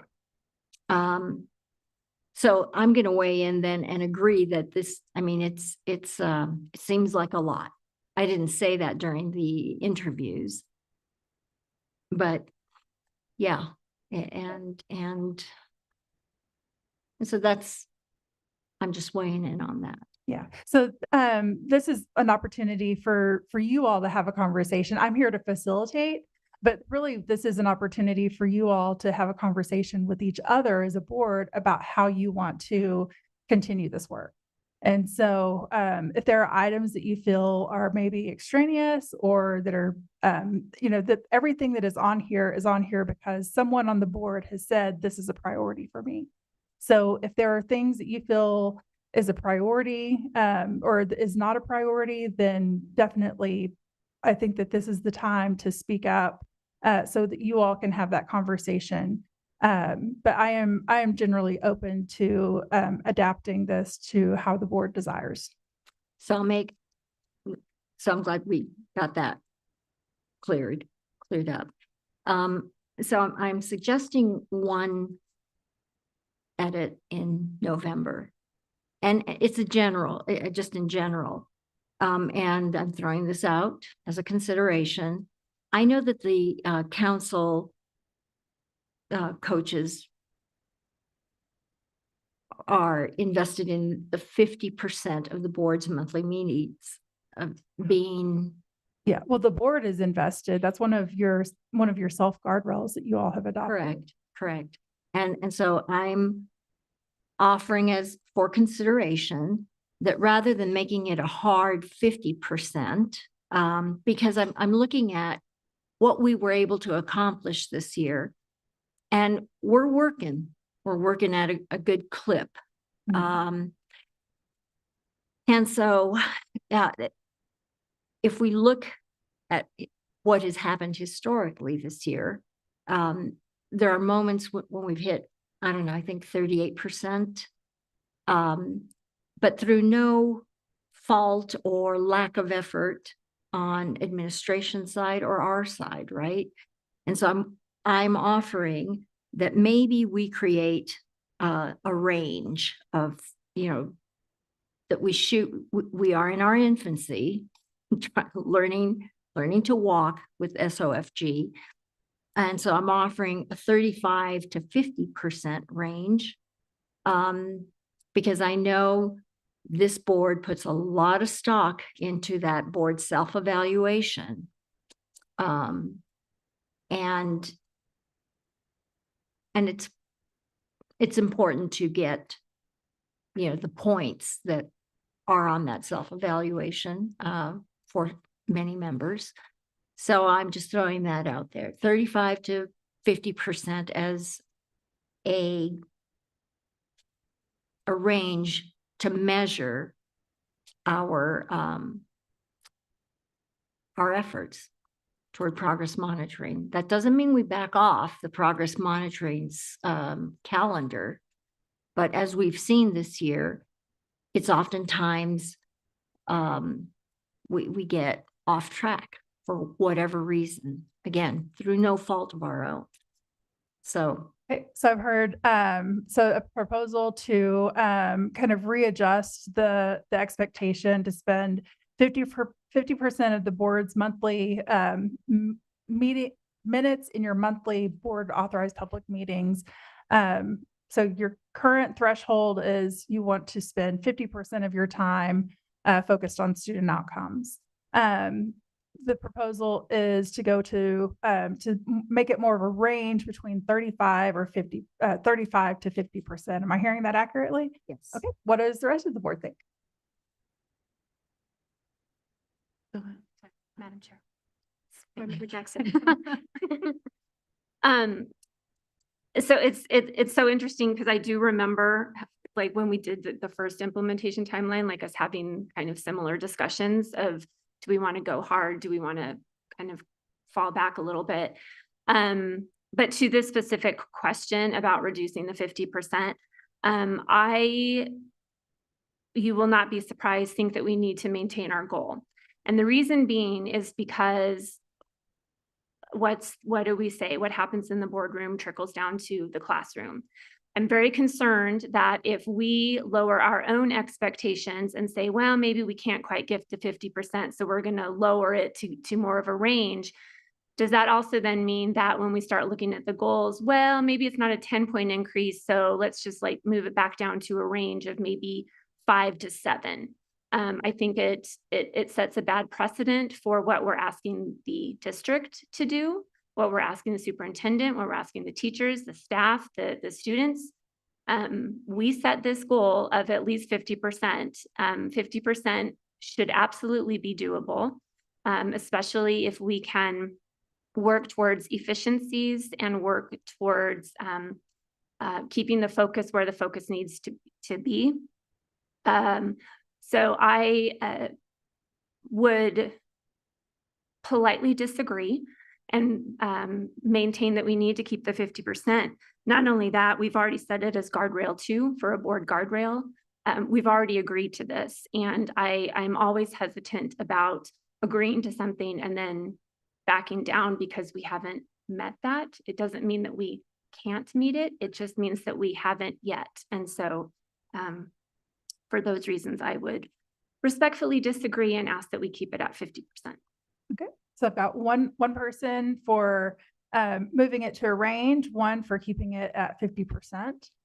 So thank you both for sharing. What does everyone else think? Board Member Tapia Romero. Thank you. I'm trying to filter my words. I think going backwards is a huge mistake. Like, we were very thorough at the beginning and not even just thorough, but intentional about why we set this range. I believe we're truly the ones that are setting the example as to why we needed to make the change. And if we go back on our word and what we said we were going to do, we're not modeling the behavior that is saying what we want change for the district. And to put it bluntly, we're some freaking smart women. We know what we're doing. If we put the time and effort into it and put the work, it's not difficult. And again, excuse my bluntness, but I think it's a complete, for me, it's disrespectful thinking that we can't hold ourselves to this standard. Like, we knew what we were getting into, and all due respect, I believe even new board members knew it because they got an orientation fully describing what the expectation was prior to even being elected. And I think all 7 of us, again, we're sharp. We should be able to do this work and be able to hold ourselves to the standard, not going back, not compromising, not giving us a way out, because that really sets the tone for the whole district and takes us backwards. And I personally believe that's completely the wrong move. Just my opinion. Thank you, Board Member. Board Member Benavides. Hi, thank you. So just to be clear, because I got a little lost, we are talking about investing at least 50% of the board's monthly minutes into goal monitoring? Yes. Okay. And if I am clear, we have not met that yet, have we? We came close. Came close, I think in a couple. 48%. Yeah, I think 48% was the. Right. And if I'm recalling correctly, we've also done really important work that maybe wasn't exactly goal monitoring. Is that correct as well? Yeah. And we didn't get in trouble for not meeting the 50%. We knew we were still doing good work. We are smart people, as Board Member Tapia Romero says, and we, I think, can accomplish this. I'm not really in favor of changing it because we haven't even met it yet, and I think we can get there. But I also think that if this is not weaponized, then it's an okay goal. It's a goal we should keep. If it's used to demean, diminish, slander board members about whether they're participating and doing the work or not, then I'm not in favor of that. So far, I haven't seen that, and I'm glad, because that doesn't help students. But I think we can keep ourselves accountable, and also remember that we're doing good work that might not exactly fit into that category. Thank you, Board Member Benavides. And I'm going to comment on that one before you go, because that you said something that that was like, I need to say this. No one is ever going to walk into this room, at least from my organization, and say, how dare you not get to 50%? We have boards that have been trying for years and years and years. I mean, y'all have been trying for years as well. But you also have been hiring a superintendent and setting your goals and you've been doing a lot of important work. This is really like the starting point. Now that your superintendent is in place, your goals are in place. This is really where you can expect to see things start to stabilize so that you can spend that 50%. But at no point, regardless of what you all decide tonight, no one is going to come in. I mean, even if you set it at 75%, which I'm not going to recommend that, 50% is what's in the manual, because that's what evidence says is aligned with effective board behaviors for districts that are consistently improving student outcomes. And so no one is going to ever come in and say, how dare you not get to that, not hit that goal. So thank you for saying that. I'm sorry. No, thank you for that. Board Member Tomarito.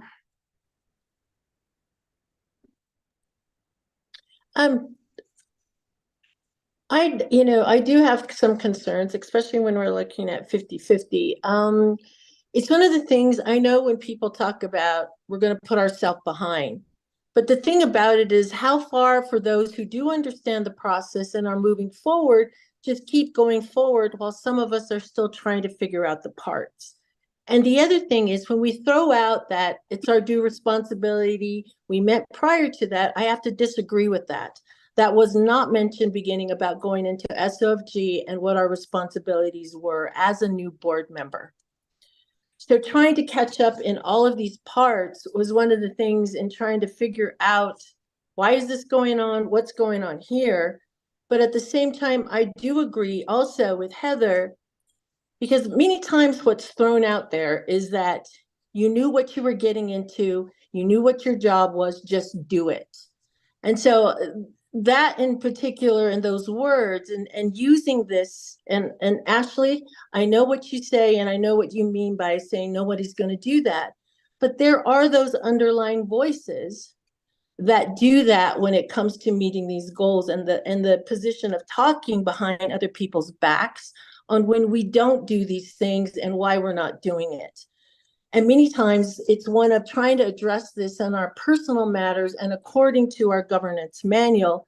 That's very alarming when we can't figure out why we're not agreeing on terms or moving forward. And nobody wants to call these adult behaviors out because it's an issue, especially when I look at the synopsis and the support proposal. There are some issues. But moving forward also means we got to move forward in unity and in agreement. But I've often felt there are still some words about backbiting and going on where some of us have to just pull up and add to the responsibility, or do your job and get moving. So if we're going to do this, we have to come in agreement that we are going to support one another.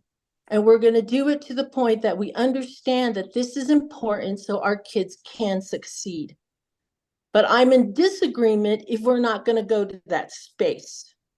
Because what I'm seeing is, yes, let's move forward and we're all going to agree, but we're not willing to take care of our own actions when it comes to addressing some of these matters to one another. So I will support, but I also will disagree. Because what I'm seeing and what I see happening, I question for the reason of, yes, we're going to be goal monitored, we're going to pull forward and we're going to stay focused, but not to the fact where we're leaving other board members behind and hoping that they're just going to catch up because they knew what they signed up for. That's what I'm in disagreement for. And if we're going to grade and put these particulars on board members and those of us who are trying to catch up, you can't penalize us for that either. So that's my space, and that's what I'm going to contend to right now, because I really want to move forward, but I also know that space isn't provided for those who need to know the information in order to move forward. Thank you. Thank you, Board Member Tomorito. I don't know if you have any comments. No, but thank you. Thank you for speaking your truth, board member. Thank you. President Gonzalez.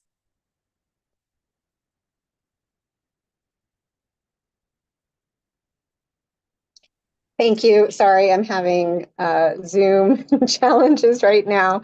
I wanted to do two things. One, to respond to Member Tomorito, but also to express my support for sticking with the 50% goal of having our board meetings focus on student outcomes for many of the reasons that have been stated already, but also because that allows us for 50% of our time to be spent doing other things.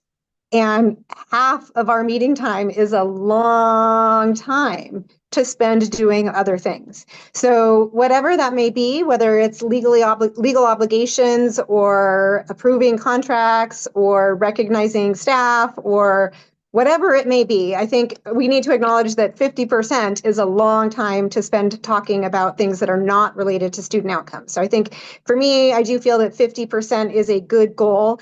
It's a bare minimum goal for me, but also I think we need to acknowledge that we approved it as a board guardrail within policy. And so this would not be the place where we could change it. It would need to be changed in the context of changing policy or in the context of changing the governance manual. That said, I do want to acknowledge the comments around leaving people behind and feeling like this could be used in a punitive way. That's certainly not the intent. And in fact, that's exactly why we're having this conversation right now, is to respond to the feedback that we've received from board members about pace, about flow of information, about thorough understanding of student outcomes focused governance, about how we got from where we started to here. And so that's why the council team did the one-on-one phone calls with everyone to really understand what are the concerns about all of those things. What are the concerns around what did or didn't happen during orientation? What are the ongoing learning gaps and needs for us to fill individually and collectively as a goal, as a board, to be able to advance this work? And so the changes that are in the implementation calendar are, yes, slowed down, yes, extended, yes, more in depth on certain areas of the SOFG framework that have already been covered for board members who have been here and will be recovered. Some components that are new, but really just an effort to really try to do exactly what I hear everyone asking for, which is making sure that we are all on the same page. And so also just, and I know we'll get to this later, but in the context of some of the questions and answers that were submitted in advance, similarly, in response to the request for more information, more training, we have scheduled or are in the process of training scheduling an additional SOFG training for mid-December. And so that is the opportunity to take some of these lingering questions or misunderstandings and fill those gaps around how exactly we apply the SOFG framework in the context of Albuquerque Public Schools. And so I just want to acknowledge that we have heard that there is concern about not having information. We have heard that there is concern of not being fully onboarded. We have heard that there is concern around pace. We have heard around the way that our focus on student outcomes has been felt or perceived sometimes to be maybe too blunt or too myopic or whatever word people want to use. And we're trying to respond to all of that feedback in the context of approving this implementation calendar timeline. But I think reducing our goals that we set for ourselves around how much time we are going to spend, and I think reducing the goals that we've told the public we're going to hold ourselves accountable to would not be the right move. Thank you, President Gonzalez. For my comments, I just want to go back to Board Member Dominguez's suggestion about the 35% to 50% range. And I believe the context for her mentioning that is because we know we might not make it this next quarter. We're not going to make the 50%. So I just wanted to kind of throw that out there and say that that is what I feel like your reasoning was. Which I agree with, and I think most of us agree that we're probably not going to make that this time. But as all the comments have been stated, that's okay. We know that that's happening. So I'm okay with keeping the 50%, but I also understand that we all take the self-evaluation seriously, and we want to make sure that we're hitting the marks that we have been hitting. So yes, I agree. And then I also wanted to go back to something that Board Member Tomorito said about the trainings that we got before being elected. And just because I want all of the board members to know, we did not get a training before we were elected on what SOFG was and how we should be as board members. So I think that's super important context, because it is sometimes feeling like new board members are falling behind even when we're doing the work or trying to understand things. So I am in agreement in that way. But I do believe that we could make the 50% once we work harder. And I think this ties into my opinion on the next item, which is like ad hoc committees and time management and what that looks like and how we can make everything a little bit more concise. But in this topic of 50%, I agree that we can keep it at that. Great. So I think we've heard from everyone. And I also would like to just acknowledge that this is a board of perfectionists, and it's really hard to lead a continuous improvement framework when you're a perfectionist, because I am also a perfectionist. I want everything to be perfect right now. But part of what this framework really does, what I love about it is that it does encourage you to show that grace in not being perfect. And even within the implementation, the goal for your implementation score is not 100%. The goal is 80%. And you can actually you can get there in many different ways. So it's my job as your coach to constantly be pushing you, because that's what coaches do. But also, there is a lot of grace. There is so much grace given in this conversation, and you are constantly being lifted up as really exemplars in this work. So I definitely want to acknowledge that, and don't be so hard on yourselves about not getting to 50%. You'll get there, I promise. Member Dominguez, did you have another suggestion before? No, I think that's right. It's about giving grace and about not getting so wrapped up in the attainment of points. It's more about, I think there are different ways to be perfectionists, and it's not so much about the grade, the top grade, it's about doing that well, doing every step well, and in support of each other. I think that's critical, without any kind of shaming or from the dais, right? So as long as we can agree to that approach, absolutely. So it sounds like we're keeping the 50% on that one. So I'm gonna move on to Board Member Jackson, if you have any comments or suggestions for discussion. I do not have any I don't have anything that seems to that I would like to see changed within this implementation guideline. I think that you Ashley, and whoever helped you to put this together. AJ and Chandra. Okay, AJ and Chandra, I think the three of you, you took the opportunity to listen, to call all of us to really hear what it was that our concerns were. And it does appear as though the concerns were reflected within this implementation calendar. I always appreciate having a framework to work against. I will, again, respectfully disagree, but I think this is why this board maybe is a strong board. It's because I do like points, right? That is my personality. I do want an A+. I do want 100%. I do want us to stick to, what we said we were going to do. That is me. And I think that my personality, that bringing that aspect to the dais helps. Your aspect helps. Your aspect, we all help. We all bring something that collectively moves us forward. And so, it's so funny. I'm like hearkening back. I remember having this exact conversation when we implemented the first timeline, which was, yes, let's have something that we monitor ourselves against so that we don't flounder, so that we're constantly working forward. And again, so that we are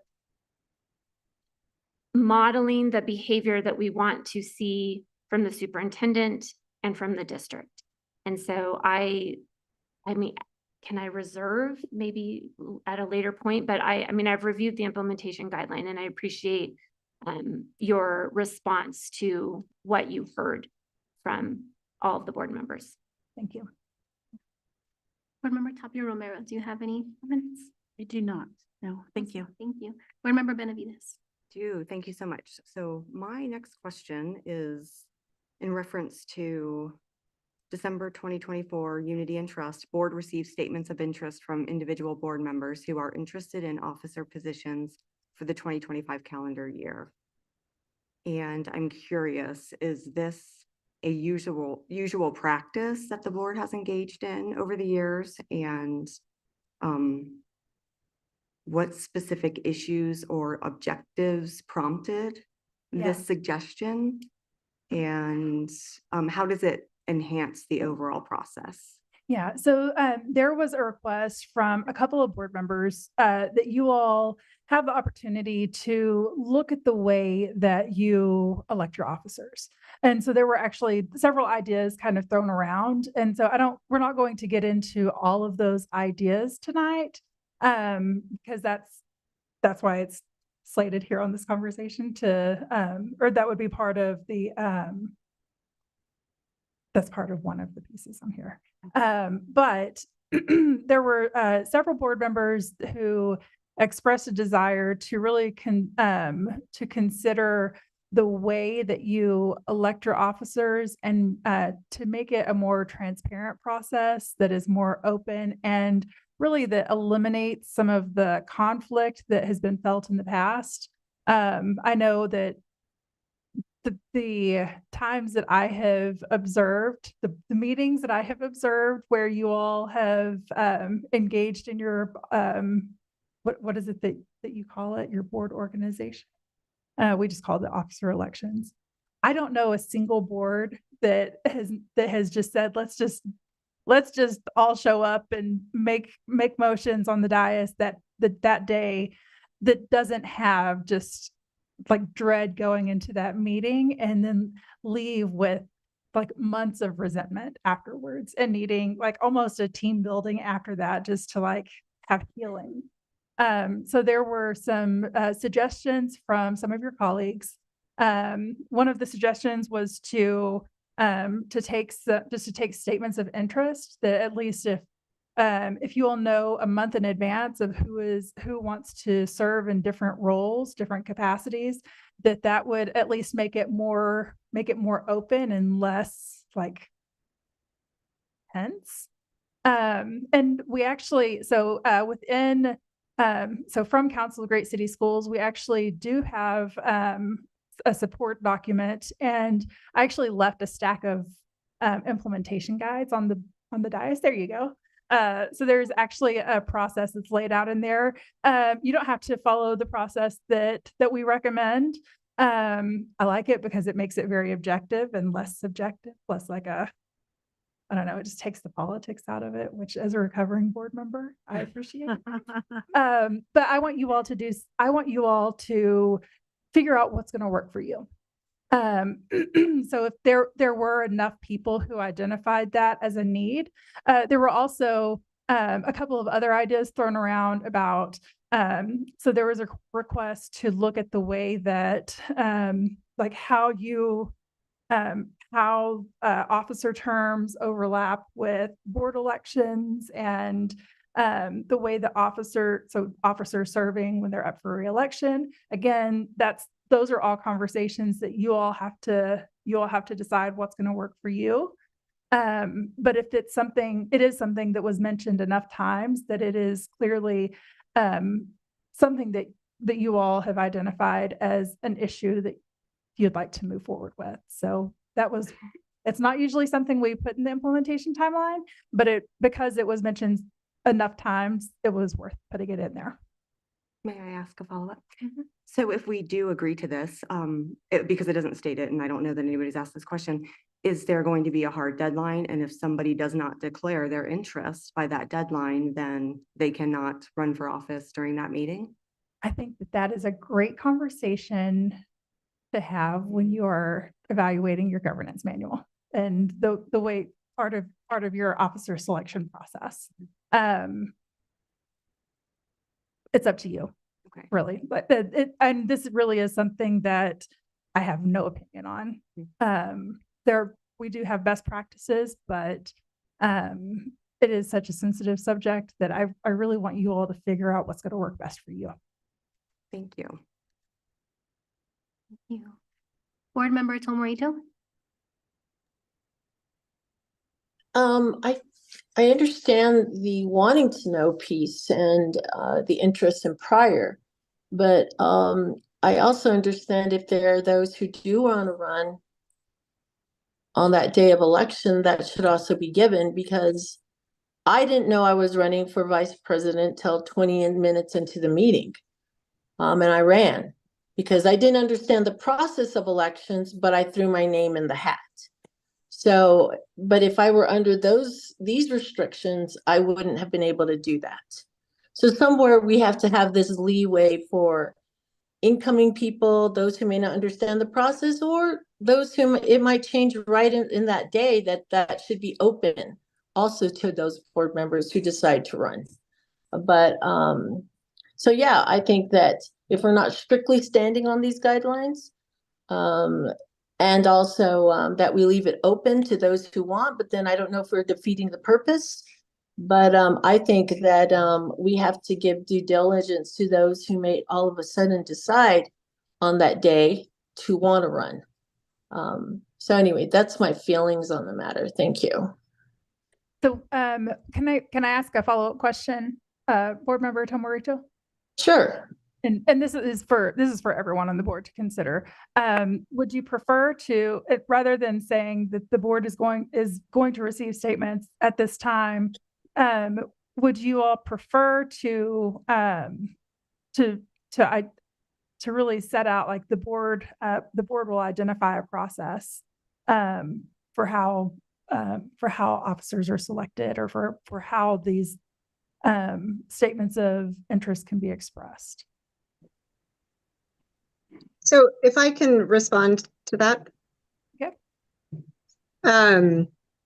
So again, we're trying to be, I think this revised implementation calendar is trying to be responsive to feedback that we got from members of the board who said that coming into that first January organizational meeting was not enough time and not enough preparation and not enough awareness around the officer elections or who people were or why people were running. So that for the officer positions. And so this is an effort to try to respond to that concern, and drawn from other Council of Great City Schools governance manuals.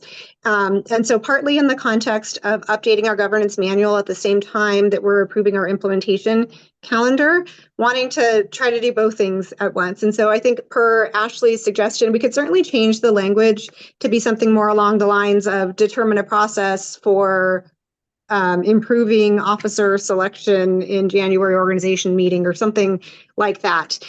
Some of the other models that are, and I think perhaps Member Dominguez and Member Jackson can speak to this as they were the ones on the ad hoc committee who reviewed other district governance manuals. But some of the ones that I read that were shared with us last year had things like after the election happens, then there's like a week of onboarding or whatever, and then there's a deadline for when people submit their interest in serving as officers.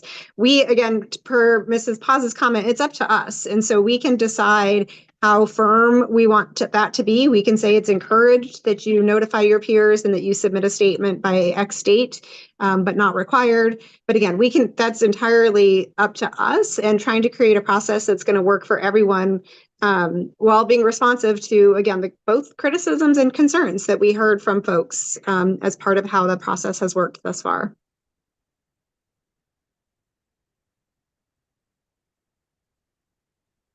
Their comments on the subject? Madam Chair, Board Member Chair, thank you.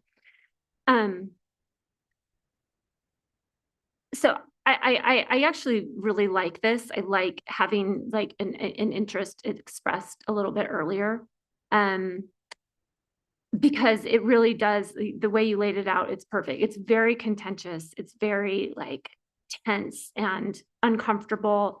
And so it kind of gives each of us the opportunity to really think about what we're interested in, what we want to do, have the chance to review what each of those responsibilities are. But I think that this is, the way that this is laid out here, this is just for now, right? This is just for what would happen coming in January for us who already know what those positions are.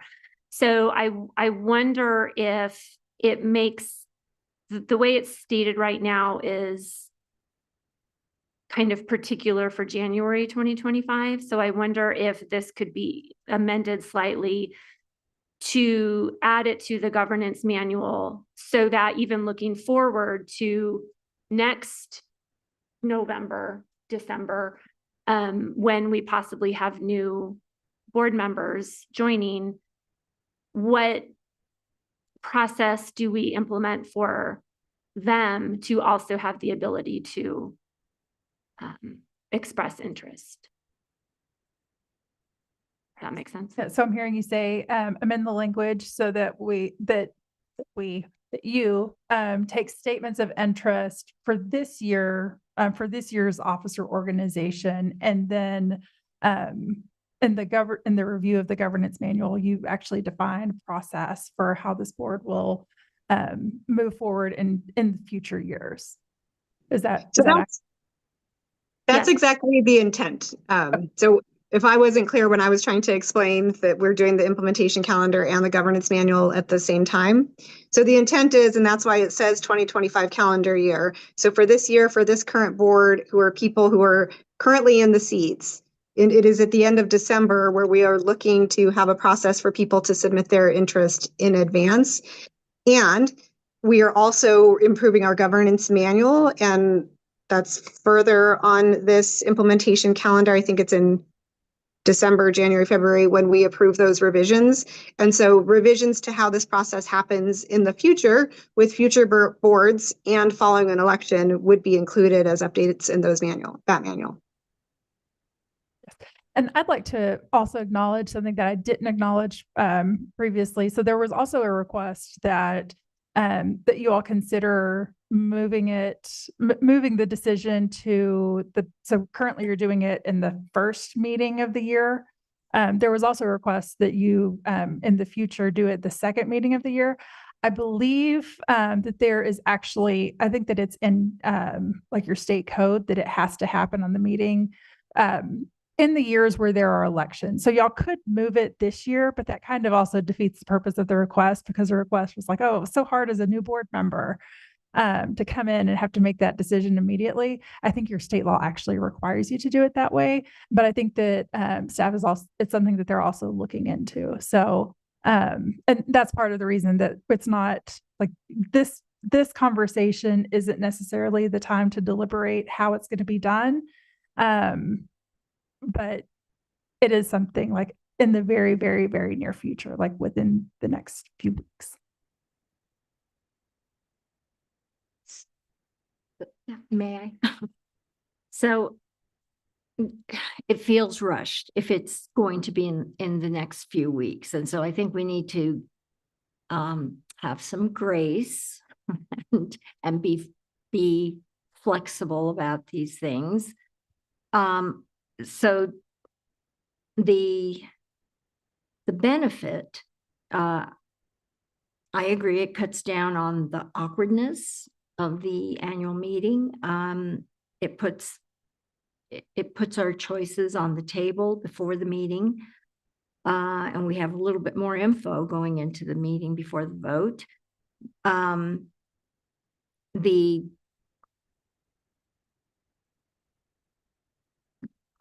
The opposite, or the con, is that it could potentially cause rolling quorums if board members are talking with each other about the positions, which I think you need to be able to talk, I think, with one another. So there are several questions that we would have to answer. Like, what does it mean to express interest? Will there be requirements about how this is done? Written interest, parameters, or rules around all that? What can be shared? Transparency about how we come up with who has input. Because I think it's super important that we all feel heard, and that we all feel like we are having we're influencing the process. And will it be done simply during a meeting before the public? So lots of questions, but I do see the benefit. I'm hesitant because it's so late in the game. This should have started sooner. But I think there's a way to navigate through the process, as long as, we're not stringent at this moment. Well, on the timeline, I mean, the timeline is the timeline is what it is, just because you'll have your meeting has to happen in like the first week in January. So that's not. So I guess what I'm getting at is, as long as lots of things happen over Christmas break, you get to think, right? And so I agree with Board Member Tomorito that there should be enough flexibility this time around, that people show up in the new year and say, here's my letter of interest. I've thought about it over Christmas break or over the holidays. But I like the idea of working on this process. So I don't know that I'm hearing a clear consensus. I think there's consensus. Okay. We agree with the statement of interest. I think we also agree that there needs to be a more better process, I guess, moving forward, which President Gonzalez has made clear that we are going to be talking about that during the governance manual review. So does that sound? Yes, awesome. And then I just wanted to go back to board member Tomorito. I know you made comments about this topic, but was there any other suggestions that you wanted to say around the entire implementation calendar? Or Yes, I do have just one area, and because I don't see policy committee written in some of these, especially when we're looking at adoptions. I don't see it running through policy committee. I see it going through ad hoc. So could you clarify where the policy committee is written in here? Or is it just the work going to be done through ad hoc? So the committees, there are only a couple of committees that are kind of proposed on here.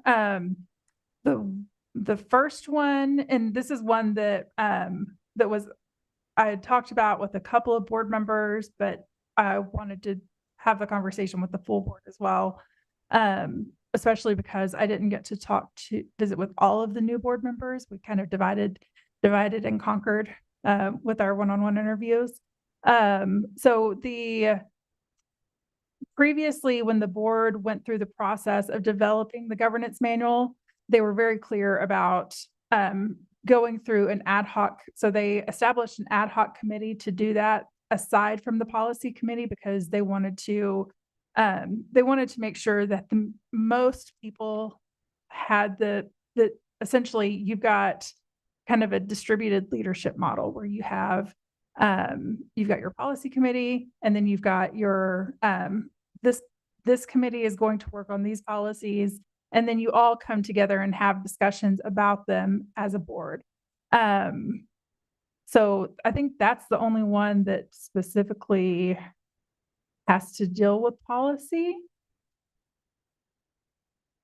There may be, reviewing the community engagement policy, and then there was another one. So that would be through the community. So doing a small ad hoc committee, just following up on that community engagement training, just to say, okay, this is what we discussed in the training. Now let's refine this policy. And if you all chose to do it through a committee instead, you could, or through a policy committee. I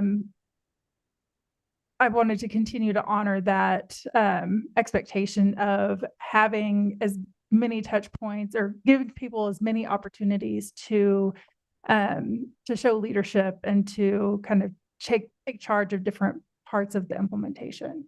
So that's why it's structured that way. And that's also just the way that the board has historically done it. But again, you all can do it however you all feel like you need to. Yeah, it's just, some of the language, I think, and going back to what board member Dominguez said, is about, rushing and really looking at some of these details and how we write it, because I want to believe that we're going to come back to these conversations and really change and make sure that we are, for an example, in January 2025, under Unity and Trust, it says board receives ad hoc recommendations for revisions to the board operating procedures manual. And so that's where I'm questioning, okay, an ad hoc committee, or is it policy? But it's one of the things that, and as we're talking and in these conversations, I would hope that if those things become clouded at any time to us as board members, that we could come back and reword these things, because I don't want this to be law or precedence to why we're doing what we're doing. And if we pass it, that this is going to be the stick to and adhere to timeline that we need to. And as you're talking, Ashley, you said we can do it based on what we want. But I just want to know, when will that occur if we adopt it? So, I mean, y'all are having the conversation right now as the board. So this is the time for you all to discuss it. But if at any point you all identify, and what I keep saying you all, because the board only acts as the board. So even when you have an ad hoc committee, ad hoc committee is just there to kind of do the heavy lift on a very specific piece of the work and then bring recommendations back to the board. They can't, no 2 board members or 3 board members or however, even your standing committees, they still have, like, their work still has to be brought back to the board for that final discussion and that final decision. And so nothing can happen with just 1 or 2 people. So if there are ever if the board decided that you needed to do things differently or you needed to take a different approach, then you should absolutely come together and have those conversations, because that's how you lead.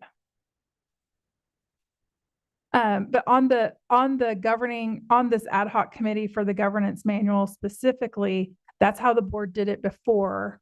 So I stuck with that same process because that's the way that you all have historically done it. If that's not the way that y'all want to do it, this is the time to have that conversation.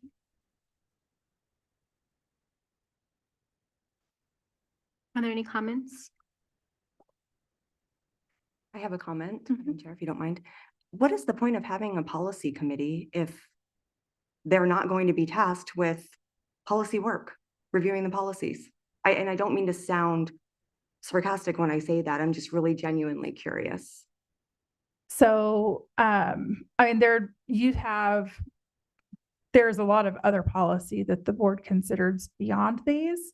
But also the board doesn't, I mean, not all boards have policy committees. Some boards do, not all boards do. A lot of boards choose to handle all policy as a board. The way that you deal with policy is your prerogative. Whether you put that through a committee or you just embrace all of those as a full board is your decision. But there's also, I mean, even currently there is policy that you consider. Every single thing that the board votes on or writes down and votes on, that is policy. And so a lot of things that you vote on that is policy that doesn't go through the policy committee. But policy work is predominantly what the board does. So you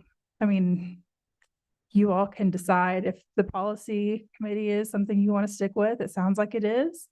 If it's not, then you all can make that decision as well. But that really is a conversation for you all to have. Any other comments? I can comment. So I think specifically the question about the ad hoc committees and why we do those, and kind of the way that I think about them is that they're a way for just a smaller group to roll up our sleeves and get into the nitty gritty. That takes a little bit longer to do, to kind of maybe have more, I don't know, digging down deep conversations that take a while, that kind of weeds out I'm just visualizing I've rolled up my sleeves and I'm digging in dirt. I can't think of a better way to say this, but so the ad hoc committees allow for the hard work the dirty work to be done, so that by the time it gets to the board, it's kind of consensus, which seems to help sometimes with the efficiencies. And so one example I think of is when Josefina and I did the governance manual. That took us a while to do. I mean, it took us months to do. And I think part of the reasons that she and I were placed on that was because we were the 2 that were participating in the cohort. And so we were in the cohort, so we were already kind of getting trained on that mentality of what a governance manual is. And so it kind of made sense for the 2 of us to take that work that we were doing with the cohort and overlay it onto the governance manual. Now, that doesn't mean that governance manual didn't come before the entire board, right? We put together the recommendations, then it came before the entire board. And I think it came before the board 2 more times before it was honed and crafted down to what the whole board wanted. But think y'all actually sent, I think it actually went to the policy from your committee, it went to the policy committee and then it went to the board. And I think at that point y'all were like, we've looked at it enough. maybe that was one too many steps. Yeah. But I don't know. I think sometimes what I keep shuddering is going back to when I was first elected and having long meetings, because all of the work had to be done from here because every single committee was a committee of the whole. And so having committees of the whole create very long meetings, create inefficiencies. So having kind of smaller ad hocs allows 2 of us, 3 of us to get together, do the work, bring it before the board, but also to always to give the reasons as to why certain things happen. So I don't know. I like the way ad hocs work. If you'll excuse me, I have to go. So so while, ideally, yes, they may be very efficient, but what I have seen this year is we've been more siloed. And perhaps that was because there were so many ad hocs that it was hard to get a sense of all the moving plates. And I would argue that having an ad hoc from the policy committee work on something and then report back to the policy committee would be ideal because you get more eyes on it. And it ends up being a kind of onboarding because it's been in the policy committee where we've had conversations about does this work for us? Do we need to clarify this, meaning the manual, the governance manual? Does this committee, I remember one question that board member Astorga raised. It was like, there are so many policies. The word policy is being shuttered all over the place, but which policy are we talking about? And we take for granted that, I remember feeling the same thing. There's administrative policy. So anyway, those conversations are important to have. And you don't get them in an ad hoc committee necessarily, unless the ad hoc comes back to the policy committee, which is made up of 2 new members to our board. So I'm going to weigh in. I think it's important that items, the first 3 rows in November are all policy work in reference to the governance manual. And that is work that the current policy committee is doing. And so I would suggest that this under owner, it would be the policy committee to take responsibility for row number 1, 2, and 3. And if there's a need, or if the committee decides that they want to break up those pieces within the committee, and then we report back to each other, and then it goes to the full board. But my preference is to keep it within the committee. Okay. So when the board did it previously, so there was a pretty strong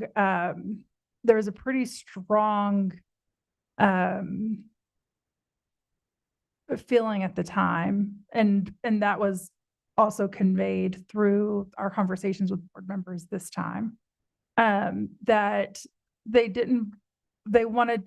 was a desire to spread the work, to spread it out beyond just the policy committee. So the policy committee is I think you've got 4 people on it now. And so spreading it out, it actually, so that this is 3 really important pieces of work that needs to be done.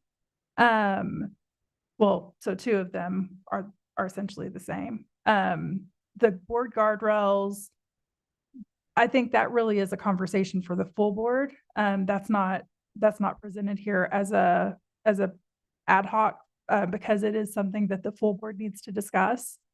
But however you all handle the governing policies, that's your prerogative. But there were some people who had strong opinions about wanting to separate it out, and that was also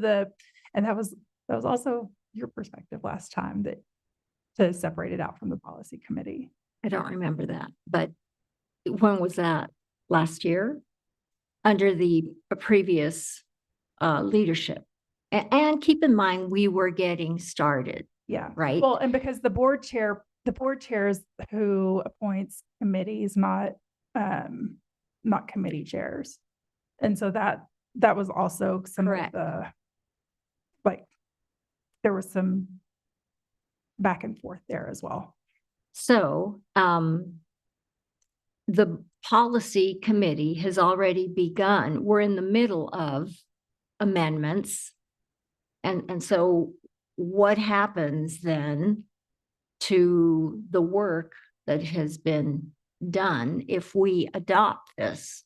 Because then all of a sudden, well, what we're creating here is a kind of a confusion of responsibilities and work that has already started. Yeah. Well, I would think that the policies that y'all are looking at right now, I mean, those are going to come forward to the full board. And so if those are policies that you've identified and you've refined, then I would expect that those not be things that you revisit. But I do know that there are things that even with this, even the conversation so far has entailed some additional work beyond on the governance, that it will require new policies to be added to the governance manual beyond the conversations that are happening right now.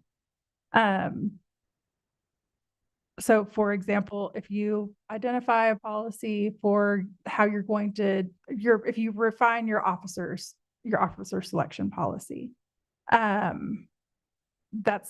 not work that you're currently doing. So there's going to need to be like that continued refinement of the governance manual. Okay, but so there's work that needs. Yeah, Yeah, so my point everything is the y'all are looking at a couple of policies right now, or at least this is we're doing 1 and 2. Okay, yeah. So y'all are looking at a couple of policies from the governance manual. But there's still, it's not the full scope of, like, the full board hasn't had the ability to weigh in.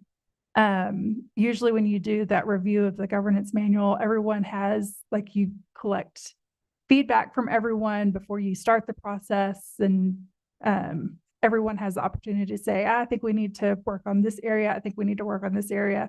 And then the committee goes and they do that they make sure to cover those areas and then anything else that they see that comes up.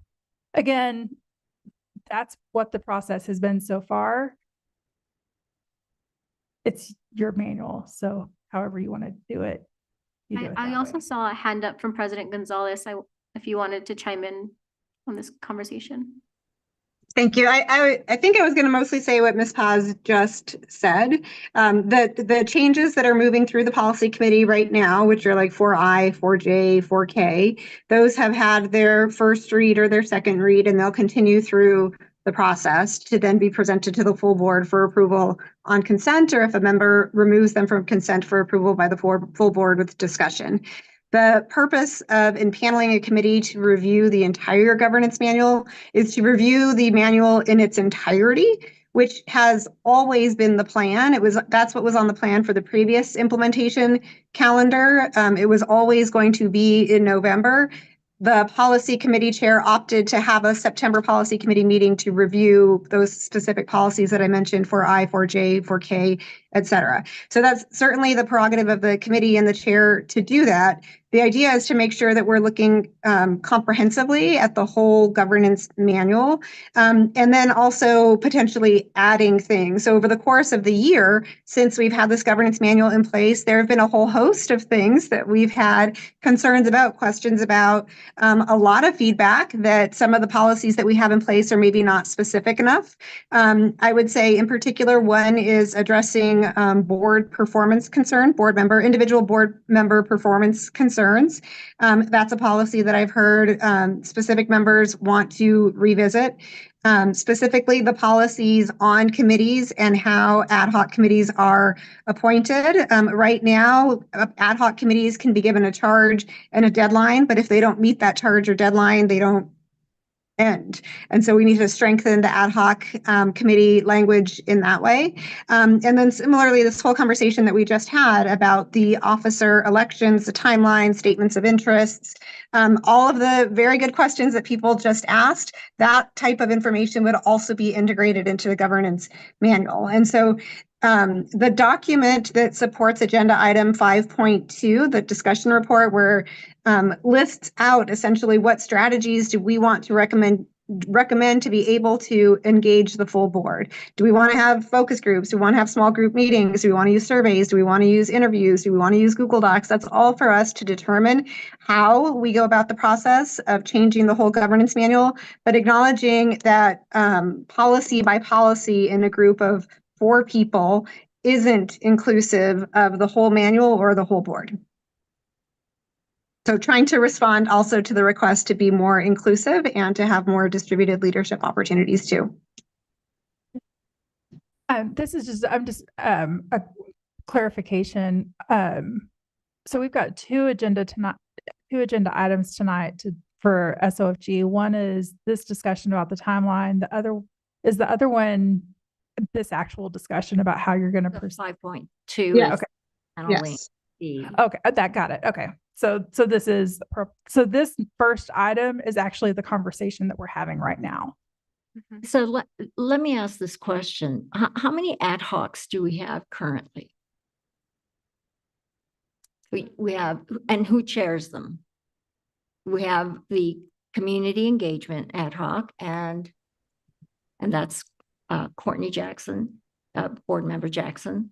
And there's Heather and I are on policy diet. the policy diet and board member Jackson, or who heads that? I don't know that I'm the chair. Yeah, I think we just are doing it together. Discuss that. Yeah, we don't. Oh, have a good. chair. I like that model. I like that model. What else? The other one is the student voice ad hoc, and that's chaired by Secretary Astorga. Okay. RFI is There a board was- member, Tom Morito. Right. And That there- was completed. what else was was there another ad hoc? There was, but it's completed. Yeah, we had one, but our work was finished. Superintendent evaluation. Oh, the superintendent evaluation. I knew there was another I one. was the chair for that. Okay. And so the whole and the training that we are proposing for December actually that presents an opportunity for you all to really talk about how you're going to engage in how you're going to engage your committees and how you're going, because it all relates to your time use. So that conversation really, that will be an opportunity for you all to dive more deeply into this conversation. Looking forward, thinking about how you want to engage with committees. So that will happen at that point. But for this conversation, and that's why it's worded the way that it is worded on the timeline, if deemed a priority by the board, impanel a committee to refine the governance manual. So what I'm hearing though is that there would the entire board take sections of it, or would we all be in on I mean, that's reviewing up the to- entire. If that's the way that y'all want to because- do it, then you can do it that way. So here's my warning about that, because we all want to be part of that conversation. And if we divide it up in the name of efficiency, we're going to miss something because Yeah. it's all too much. Yeah, So that's my not only That's warning. not the proposal that's on the table. That's not the proposal that's on the table. And if that is, if the entire board wants to be part of the conversation, then my recommendation is that you don't make it a committee, that you actually schedule a workshop and you have a work session where you do it all as a board. It will be a use of time. I think it's a valuable use of time. But it will be a use of time that you need to set aside, which that could be We part did. of the workshop in December. Sorry, I was just going to say that we did survey the board and ask if there was interest in having a full or half day work study or workshop on the governance manual. And I don't think a single person expressed an interest in that in response to the survey. And so to the final point that Ashley just made, yes, in the context of the December training that we're having around how we align our time to our priorities, that is an opportunity for us to also discuss the governance manual. So again, that's agenda item 5.2, and it's up to us during agenda item 5.2 to discuss how we do the process. But we could appoint a 3-person group and they can go and interview every other board member and get feedback and engage however they want and make edits and then present it during the December training and then present it again during a January board meeting and then present it again in a February. Like, it's completely up to us how and to what extent we want to involve individuals or the full board.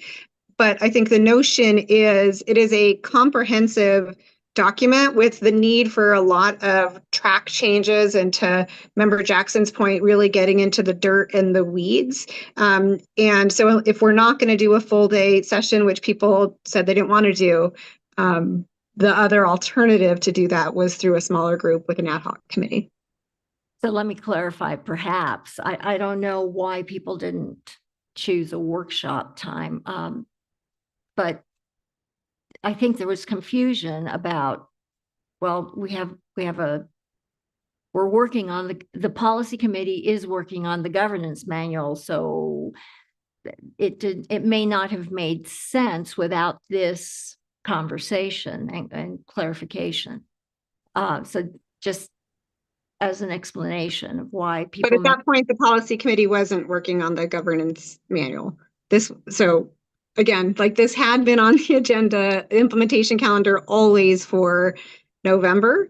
And when I think you raised concerns about committees and board committees in particular, that was when we started the conversation in that September board meeting about potential late October and then September board meeting around potential retreat. And that's when we did the survey. So it was trying to respond, frankly, to your questions and to your concerns and your desire for more full board engagement and inclusivity. And so you asked for more training, and we asked what training people want.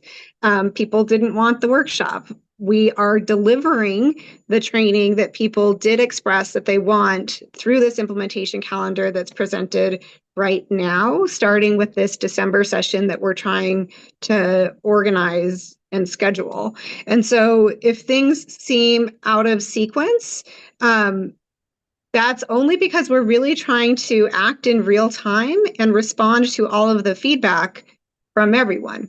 And so certainly this could be a different process where we're not as inclusive and we're not working together to figure out the SOFG timeline and the ad hoc manual and everything else.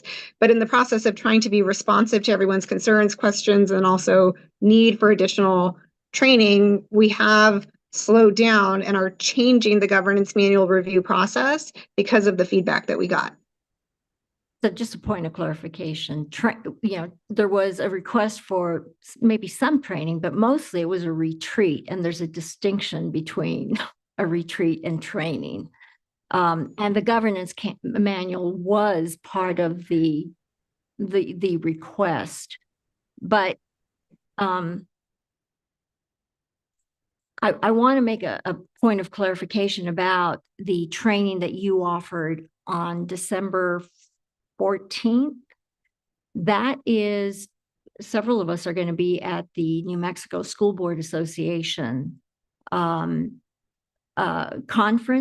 Oh, I thought they, It usually is the first week, because I had blocked out the first weekend, Thursday, Friday. yeah, so the time, So that, it's- that If I time, may too, I just want to get back to the implementation timeline. Thank you, Ashley, and I think you can discuss that time elsewhere.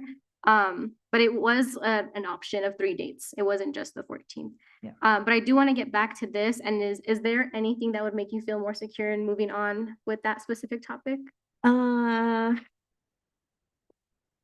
know, I'm not opposed to, I think it's important for the policy committee to be part of the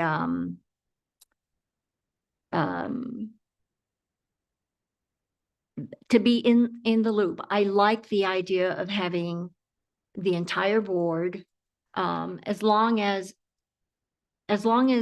people are being heard and varied perspectives are weighing in on the governance manual.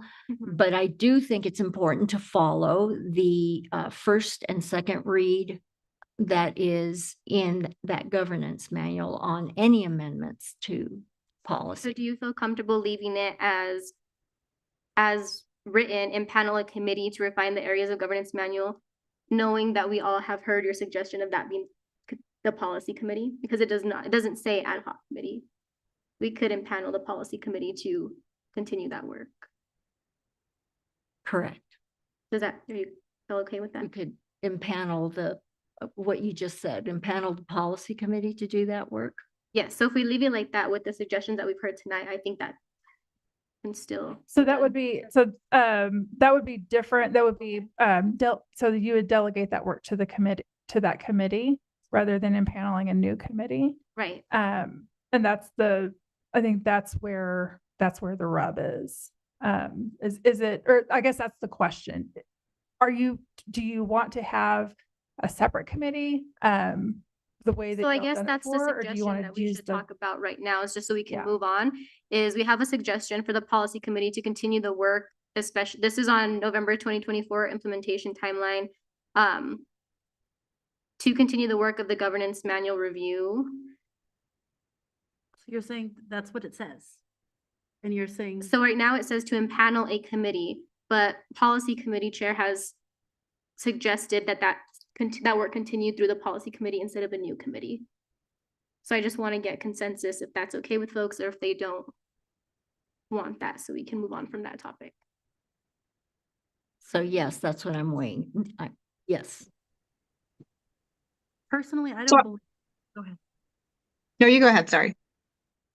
Personally, I don't believe we need a new committee, because I feel like the current committee now has been pretty effective and thorough. You know, I'll be honest, I'll speak for me. Like, I think if we put all of us back on it, like we saw what that did. Right, I guess some of us, not all of us. And I think the time associated with that, we weren't as effective in making progress when it was just the few that are there now that dove into it and really dove into the weeds. For me, I'm not on that committee, but I don't feel like my voice isn't heard. I do feel pretty confident that if I have a concern or a question, I can address it. And I've never felt silenced, even without having served on that committee. So for me, I don't feel the need to have all of us participate on it. President Gonzalez? Yes, so the reason it is not automatically delegated to the policy committee is because board members expressed interest in additional people having the opportunity to lead. And so in this context, it is the 4 individuals who are on the policy committee responding to proposals that are proposed, I don't think by the full committee, is that right? I don't think the full 4 committee membership decided that they should prioritize 4I, 4J, 4K, it was the policy chair working in concert with the staff to do that. And so the idea is to say, okay, it's not the policy chair and the staff changing the governance manual. It is a subgroup of people looking comprehensively at our whole governance manual. And when I say subgroup, I mean like 2 people. Our whole governance manual, looking at other model governance manuals from other districts, engaging with the full board, and that's why we asked for suggestions about what that could look like around what is missing and what are concerns from the current governance manual, to make edits and present revisions to the full board for consideration. I hear Member Dominguez say that she would like those recommendations to go from the ad hoc to the policy and then to the full board. We can certainly consider that. I think the other thing that I did hear, though, just a bit ago, was that doing that last time was too many steps. So again, the purpose is to give additional people the opportunity to develop the governance manual. And in part, I think 2 people developed the first draft, and so would like to have additional people have an opportunity, particularly new board members, to weigh in on what ought to be included in the revisions. Thank you, President Gonzalez. Are there any other comments from other board members?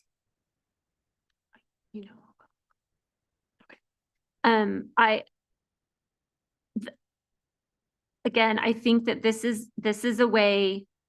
So what it says right now, impanel a committee. Where are we? God, where are we even? Go on. Thank you. November. Okay. Impanel a committee to refine the areas of the governance manual that the board has identified. I mean, I love that idea. Like, let's get other people looking at this. I've looked at this till my eyes have turned red. So I would love to see a new perspective on this, to see what we missed when we did it the first time.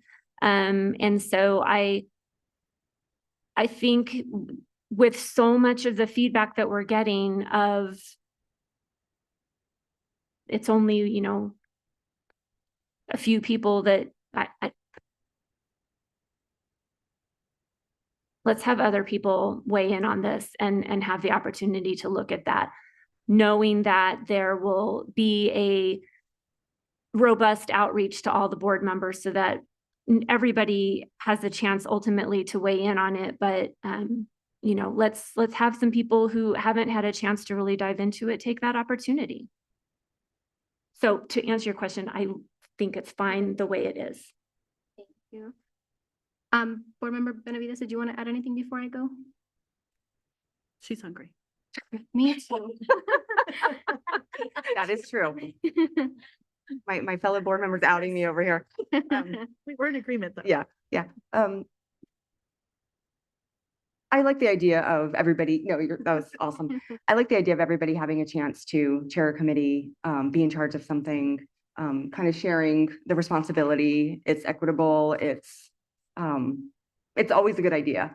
I think that what you'll find is, thank you, the same people who wanted to be on the policy committee are also going to volunteer for the ad hoc committee. And right. And and I encourage them to do so.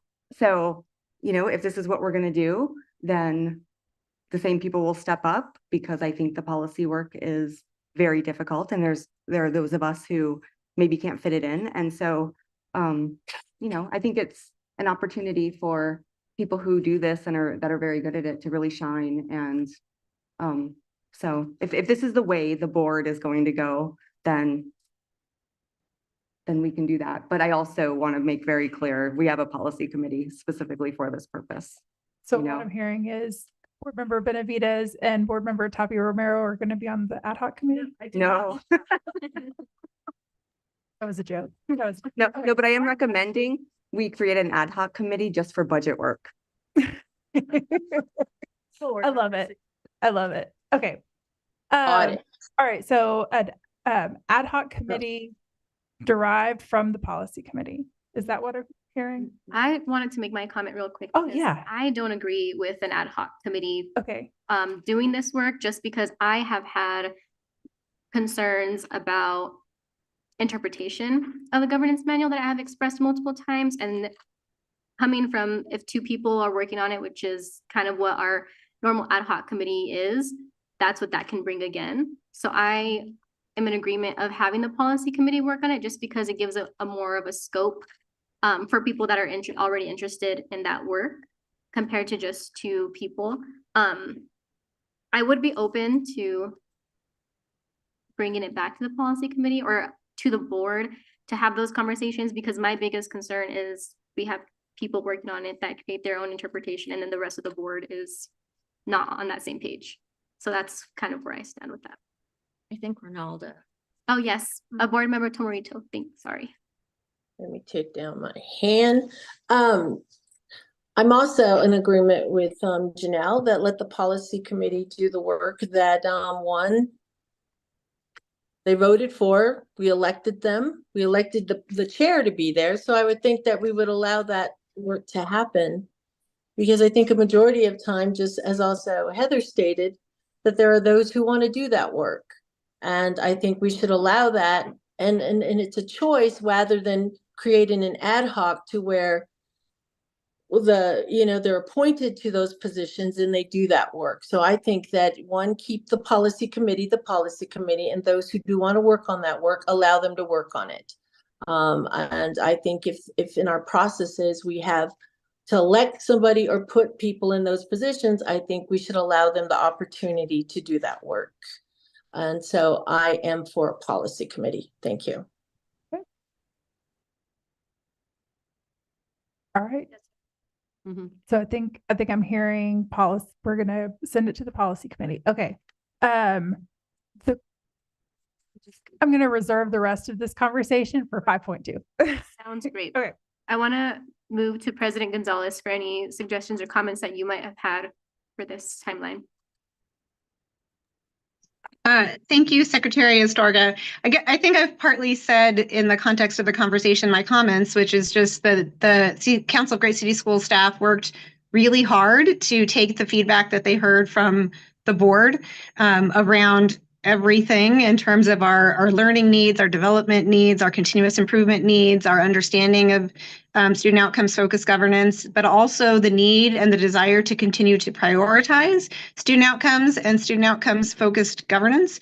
And so I think it's helpful for us to continue to rely on the coaches, but also listen to their coaching and expertise. And so the calendar that is presented to us is based on their coaching, their work that they've done with other districts, presented to us because it reflects the feedback that we provided. And so I think helpful for us to be mindful in deferring to that expertise as well. And so I'm appreciative to the council staff for the work on the implementation calendar and for your ability to try to consolidate 7 different perspectives into one document, which is a huge challenge.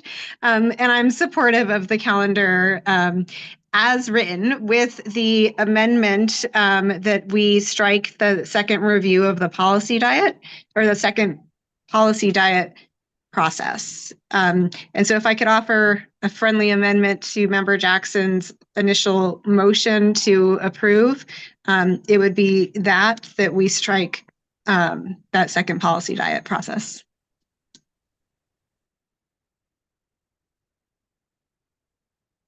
I accept the friendly amendment. Well, I have no comments or suggestions. I think this was a very fruitful conversation. So with that, President Gonzalez, I don't know if you want to call for. I think we need. We hold on just one second. Let me Oh, make yeah. sure. I just want to do Yeah. a quick review to make sure that I don't have any other questions for you all before you move on. I think that we're good.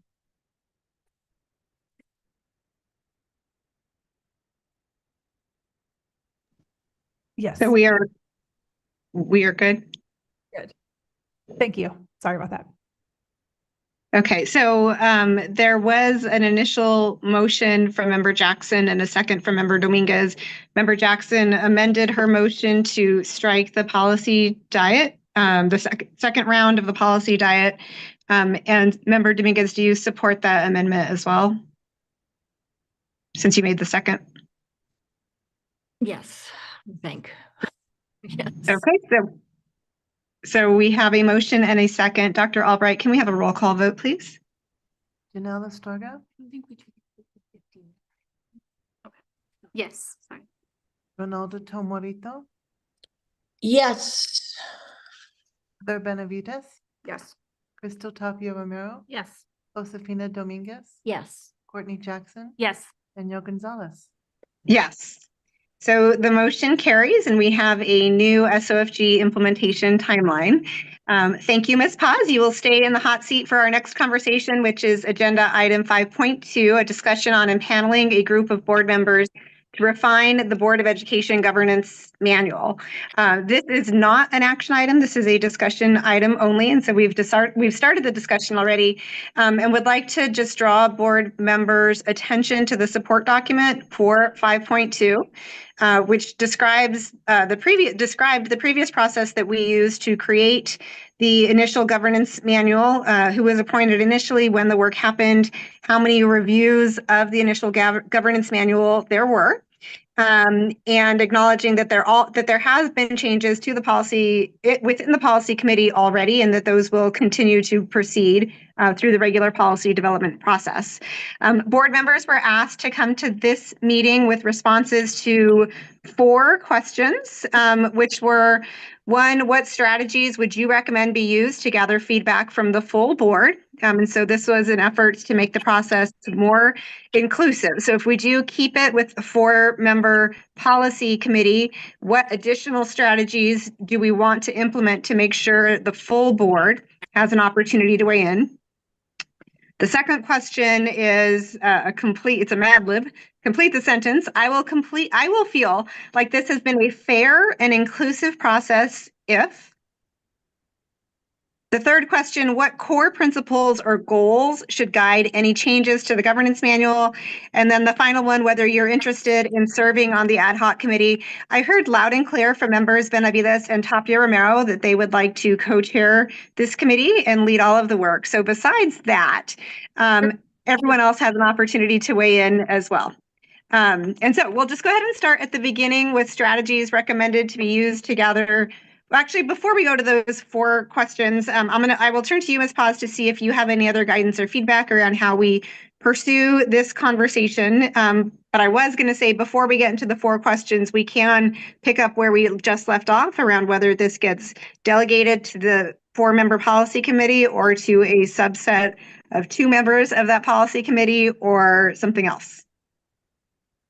I think that the questions that you have posed are good. I just want to also, so the timeline has the work of that committee being completed in January. So we want to make sure that we are mindful of that in this discussion.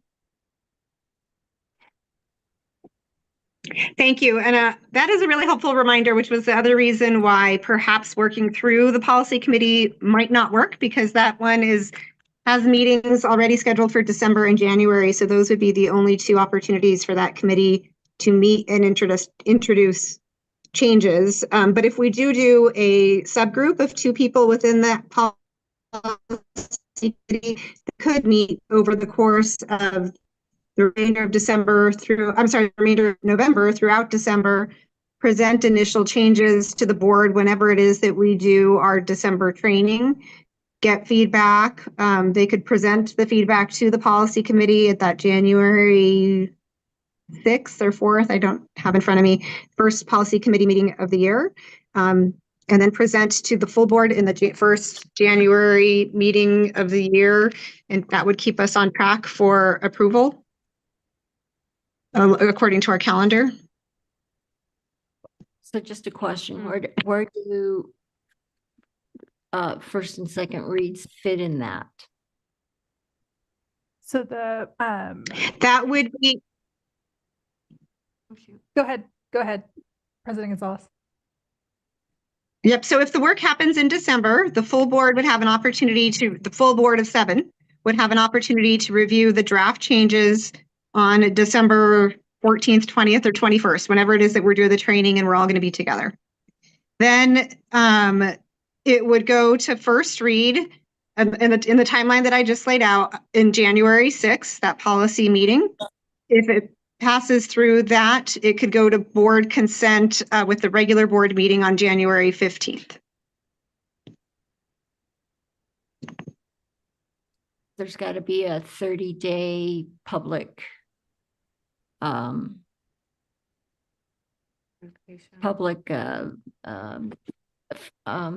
input review, and then a second read.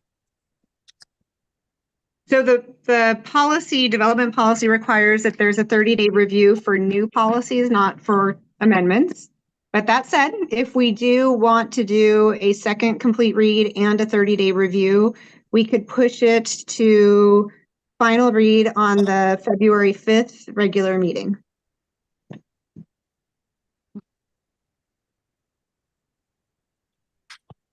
I think that would fit the first and second read requirements.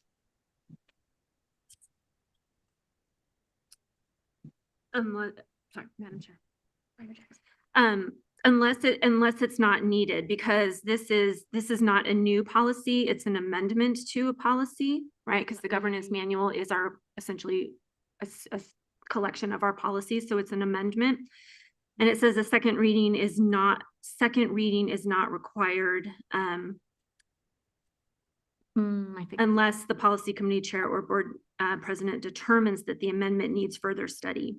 So it could, I mean, it's whatever anybody wants, but just as far as this 4J is saying, it doesn't require the 30 days because it would be considered an amendment. Well, no, it says, or in that paragraph, it says, to ensure that policies are well examined before final action, the board will adhere to the following meeting sequence in considering and adopting proposed new policies or policy amendments. So it's either or. Yeah, but down at second meeting, number 3 says an amendment will not require that the policy go through an additional a third meeting. Second meeting, right here. Meeting number 3. An amendment will not require that the policy go through an additional reading. Unless an amendment. The policy committee chair or board president determines that it needs further study. So, I mean, it could be determined that it needs further study. I'm sorry, I'm just being particular. Yes. Number 3. So it would just need the second meeting. I'm being an attorney. So I think we're law degree paid off. I think we're agreeing that it would just need the second meeting. That it could stop at the end. So January, the December training that we do will be posted as a public meeting. And so if the presentation is then, we can count that, or you don't need to. The next consideration would be January 6th policy. That would be the second opportunity for public review. The third would be the January 15th regular board meeting. If the board and policy committee board chair and or policy committee chair determine that more time is needed, we could make that decision prior to January 15th and wait until the February 5th board meeting. Correct.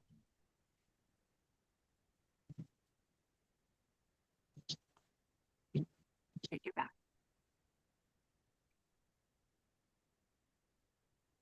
So may I just clarify what you said? Sorry, Madam Chair. President Gonzalez, may I clarify what you just said? What you just laid out was having an ad hoc do the initial work to present it at December 14th, 20th, or 21st, whatever that ends up being, to the full board. Then any revisions would come back at that retreat or training. Then it would, from there, those revisions would go to policy in January, to the policy committee, and then to the full board. Is that what is that what you just laid out? That is why what I laid out in response to the request to have it run through policy committee. We don't need to. We could also have people work on it, present it in its first draft form in December, make revisions, and then bring it back to a full board conversation on January 15th.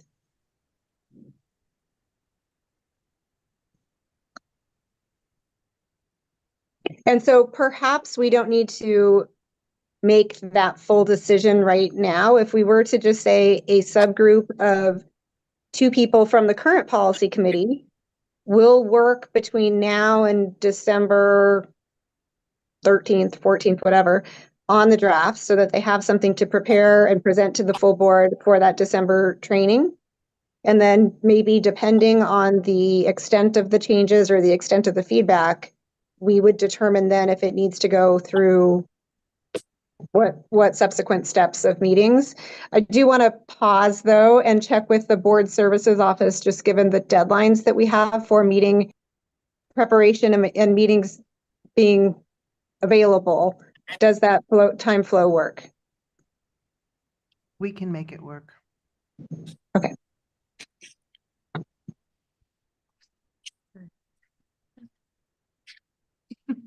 Nope, not here. We need you. We need you. Come back.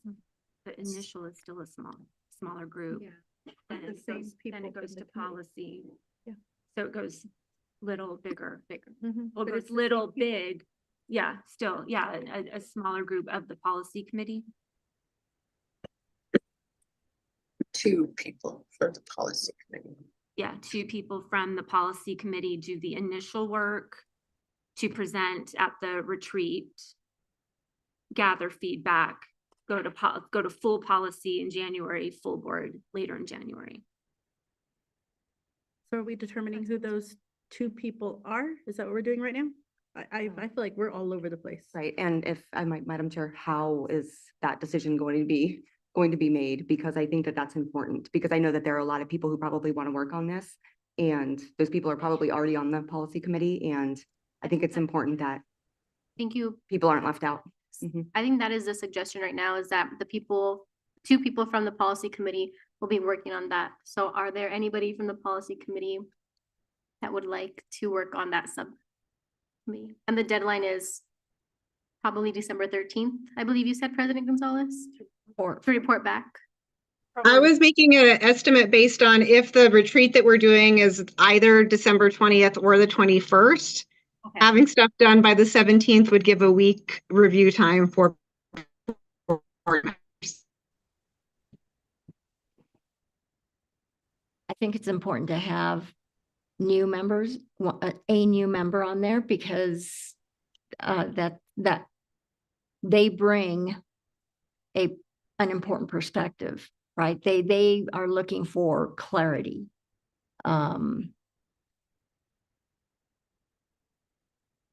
So so that means either board member Tom Morito or board member Astorga.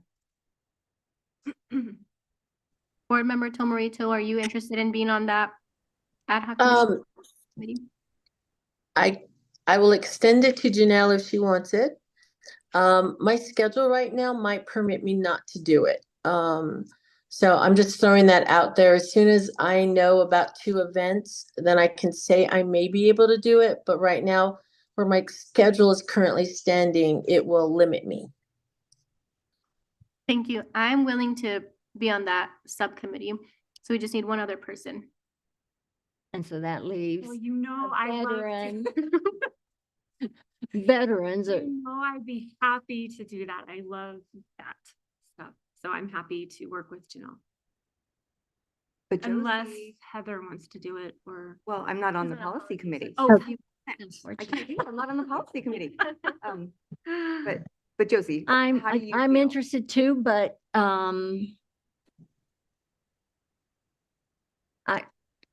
so how can we, I think we can weigh in by way of our policy analyst, as long as there isn't a rolling Yeah, quorum. it sounds like one of the questions on the floor is also, how does everyone how does everyone want to make sure that their feedback is collected and they feel like this is an inclusive process? Yes, and we have a policy analyst who is happy to field suggestions and get them to So the two. if I may interject, so I do want to make sure that we are able to hear from the full board on strategies that are recommended to gather feedback. Certainly, the policy analyst will play a role in taking edits and monitoring the Google Docs and making the edits, et cetera. But I don't want us just to assign it entirely to her. So there were the 4 questions that we had, and put those aside to talk through the process overall. So I think we're clear on the timeline. It will be 2 people who are currently on the policy committee, sorry. At least one of those is Secretary Astorga. So if we take the bottom question, whether you're interested in serving on the ad hoc committee, I can't see nodding, but it sounded like perhaps both Member Jackson and Member Dominguez said yes, interested. Yes, but I was, Okay. yes.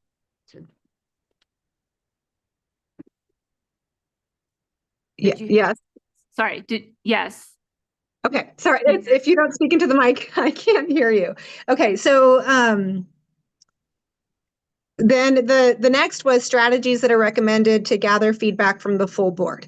And so if we can transition to that question, it's been put on the table that one of those strategies will be sharing feedback through Ms. Martinez.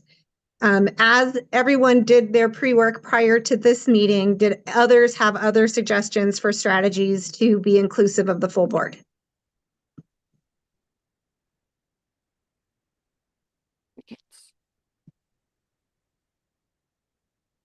Madam Chair, if I could offer a suggestion, maybe a shared document where we can see the changes that are being proposed and so, just to encourage transparency. The only question I have for that is a great idea, but I want to make sure that that's, so we don't have to have the answer right now, but we need to make sure that that's not going to run afoul of your Open Meetings Act. Okay. Because I was sometimes you can curious get, about that. yeah. Chrissy. As long as they're viewers only and not commenters, it should be fine with an Open Meetings Act. Okay. Yeah. So I think there's two things. One is allowing the full board to weigh in on and have transparent access to the changes. The other is, I think, a couple of steps before that. It would be helpful if the entire board would review the governance manual in its entirety, and if every member of the board would share their feedback with the committee so that we have a complete and comprehensive assessment of what changes the board wants to make. I think board members can say, look, I reviewed it and I don't have changes, or look, I didn't have a chance to review it, but I do think we need to start from an opportunity for everyone to weigh in on the front end. And so I think that question is, do we want everyone just to send their feedback in, everyone to put their feedback in a Google document, or do we want to do phone interviews or small groups or a survey? What are the processes that work best for our board? Thank you, President Gonzalez. I like the idea of doing like phone interviews just because you'll understand more where that perspective is coming from. But I know Board Member Tapia Romero, did you have something to say? I saw you lean in. I was actually going to say Madam Chair for once. I keep forgetting. So, thank you. My suggestion would be the Google Docs or the surveys, only because personally I tend to do things like after hours, like later when everything is silent. Yeah. And I think sometimes the interviews or the small group meetings would be challenging. May I make a comment, Madam Chair? Yeah, I agree with the survey specifically, because the survey that we all took about having a retreat and the way the answers were put in one spreadsheet and we could see everything, was very helpful. And I think the survey can be created in a very general way to say, how do you feel about this part of the governance manual, or just even open it up wider to where are some areas where you think improvement could be made or things that need to be removed. I really like the way it was organized. So I'm in favor of a survey. On this side.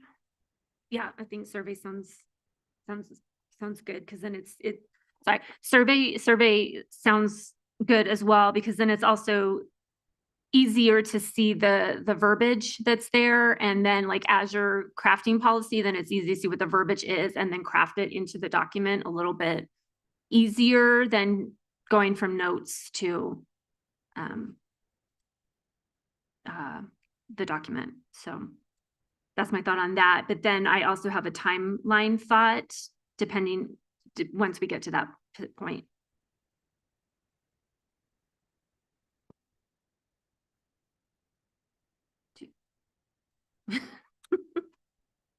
I'm having a hard time envisioning the survey, how that would work.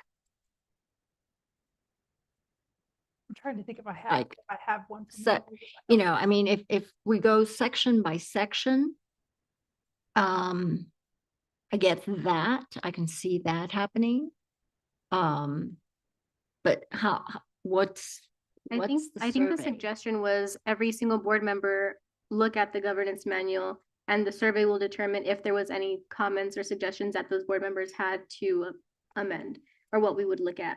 So we don't have to have specific questions on specific sections.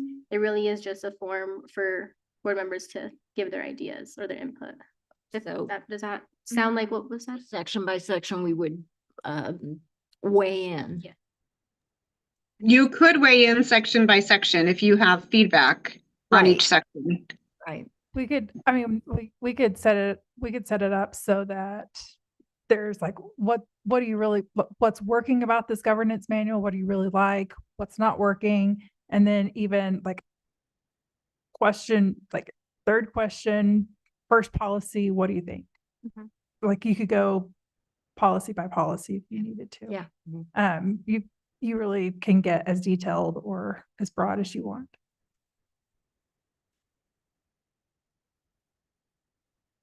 That sounds. So that sounds like our strategy moving forward.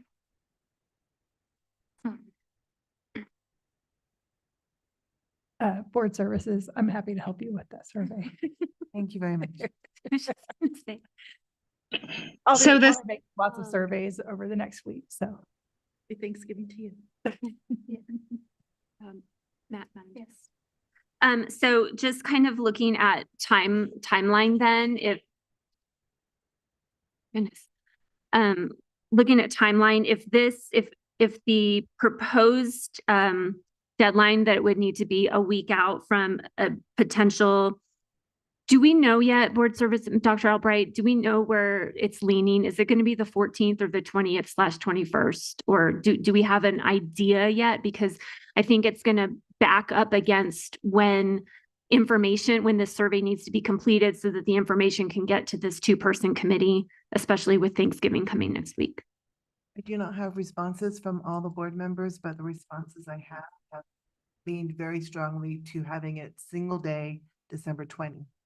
Okay, so if that's the case, then we would need to have information to the board members by probably December 13th, right? So that's at least 7 days ahead of when the retreat would be, to have an opportunity to review, to be able to bring discussion items to that retreat on December 20th, which, and if I'm incorrect, please let me know, which would mean that this 2-person or 3-person, whatever we decide, committee would need to do their work either the week of December 2nd or certainly by December 9th to have all of that information in by the 13th. Because next week is Thanksgiving. You are correct with the exception of materials needing to be, or drafts needing to be provided a week in advance. So that's not written anywhere. We can decide that the training is on the 20th and people get the draft on the 18th. Like, we could decide.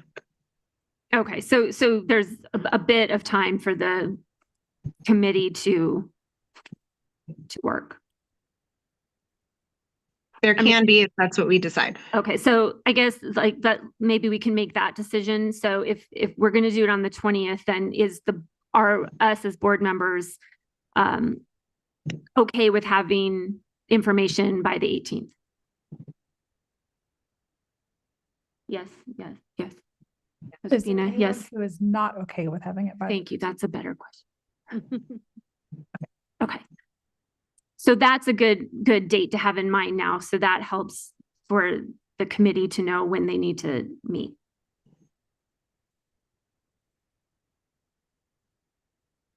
And so if the survey is developed this week, 21st, 22nd, maybe sent out 26th, and I can't see anyone's faces. If you guys are looking at me like I'm crazy, I don't know. Then it would go out on, like I said, the 26th or 27th. Then we have Thanksgiving, and then it would be due by the 4th. I mean, I think that would work if it was due by the 4th. Then that gives that committee 2 weeks essentially to review the feedback, incorporate the feedback, and have it ready as a document to be discussed on the 20th. Yeah. And if I'm speaking out of line, please somebody interrupt me. Yep. Dr. Albright and I are nodding at each other that works with them as well.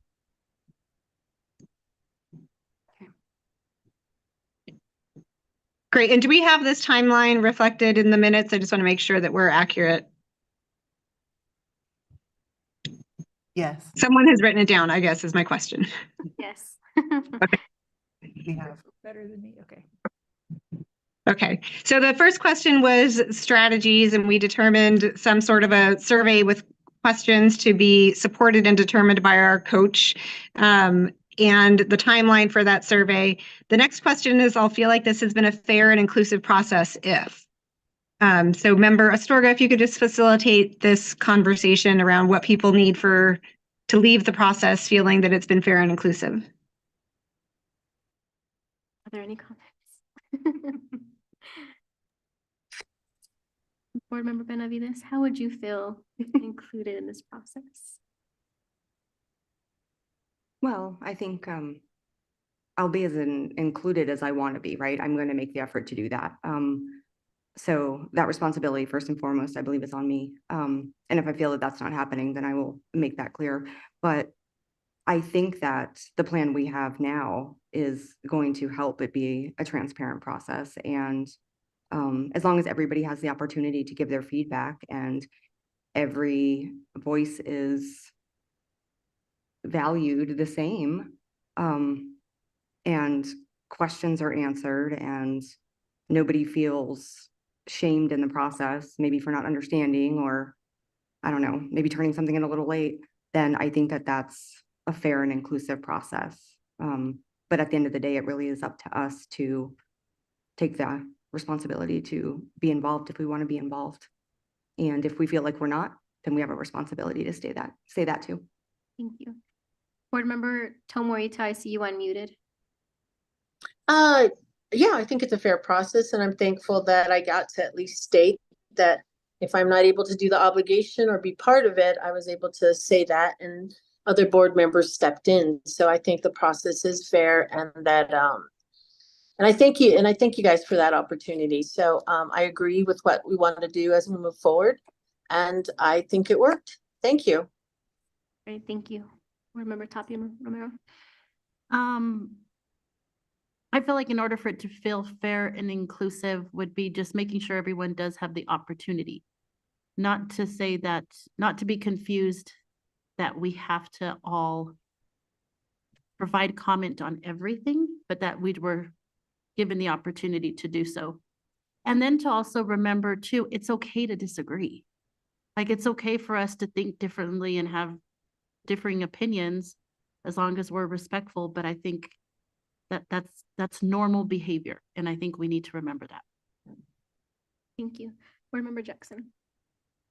I don't have anything to add besides what everybody has added. Board Member Dominguez. So I like dialogue because I learn from other people, and as long as there's an avenue for that, I think it'll be fair. Because I'm open. I mean, I'm willing to rethink a position. So as long as I have the opportunity to understand that, and that comes through dialogue, I'll feel good about it. Great, thank you. President Gonzalez, did you want to chime in? Yeah, no, I agree with everything that has been stated so far. And then would also just want to put in a request with Ashley that as she is designing the agenda for the December, probably 20th training, that we have frequent communication around how we're treating this within the agenda and how much time it has. Because I can envision a scenario in which we spend 2 hours on the governance manual and a scenario in which we can spend 6 hours on the governance manual. And so I think having a pretty clear either protocol or facilitation process for having that discussion in December is going to help us continue to make the progress that we need to make. And then I did hear from people that what's most important is having the opportunity to weigh in. And some individuals may decide not to weigh in or not to weigh in depth. And that's great. And so I think we just need to know when someone has decided not to weigh in and when someone has missed a deadline, because the time frame that we just laid out is tight. And so if someone misses a deadline by a couple of hours or a day, that may be okay. But if multiple people miss multiple deadlines by a couple of days, that won't be okay. And so I think we just need to be clearer on that. So if you're not going to be able to meet the deadline, if you could say in advance, I will not meet this deadline, but I can get it done by X date, that would be tremendously helpful. If you are not going to provide feedback because you reviewed it and you don't have additional feedback, or because you don't have the time or whatever, if you could communicate that as well, that would be really helpful too. Yeah, thank you. I agree with everything that was said. With that, I guess we'll move on to the next question. What core principles or goals should guide any changes to the governance manual? Board Member Tomorito, do you want to answer this one first? Go ahead and go to someone, and then I'll respond. Okay, sounds good. Board Member Dominguez. Yeah, I think I was trying to pull up a document that I came up with that outlines pretty much goals and principles of for the policy committee, and that was promoting transparency, broad participation, leadership capacity building.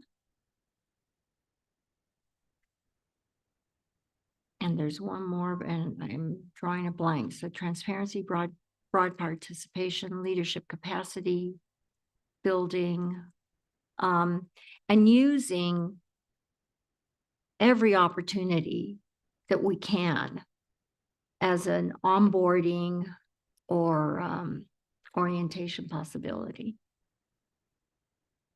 Thank you. Board Member Jackson. Okay, so the core principles that I think should guide any changes to the governance manual include continuity with already established policies and procedures that we have, consistency across all of those documents, a very strong alignment to student outcomes focused governance, and that being our core driving North Star as these changes are being made. an alignment with efficiency and an alignment with established efficient, I keep saying that word, but established essential governance rules. Having a document that is in alignment with what the actual methodology of governance is, and making sure that we are adhering to that are some of my principles and goals. Thank you. Board Member Tapia Romero. Yeah.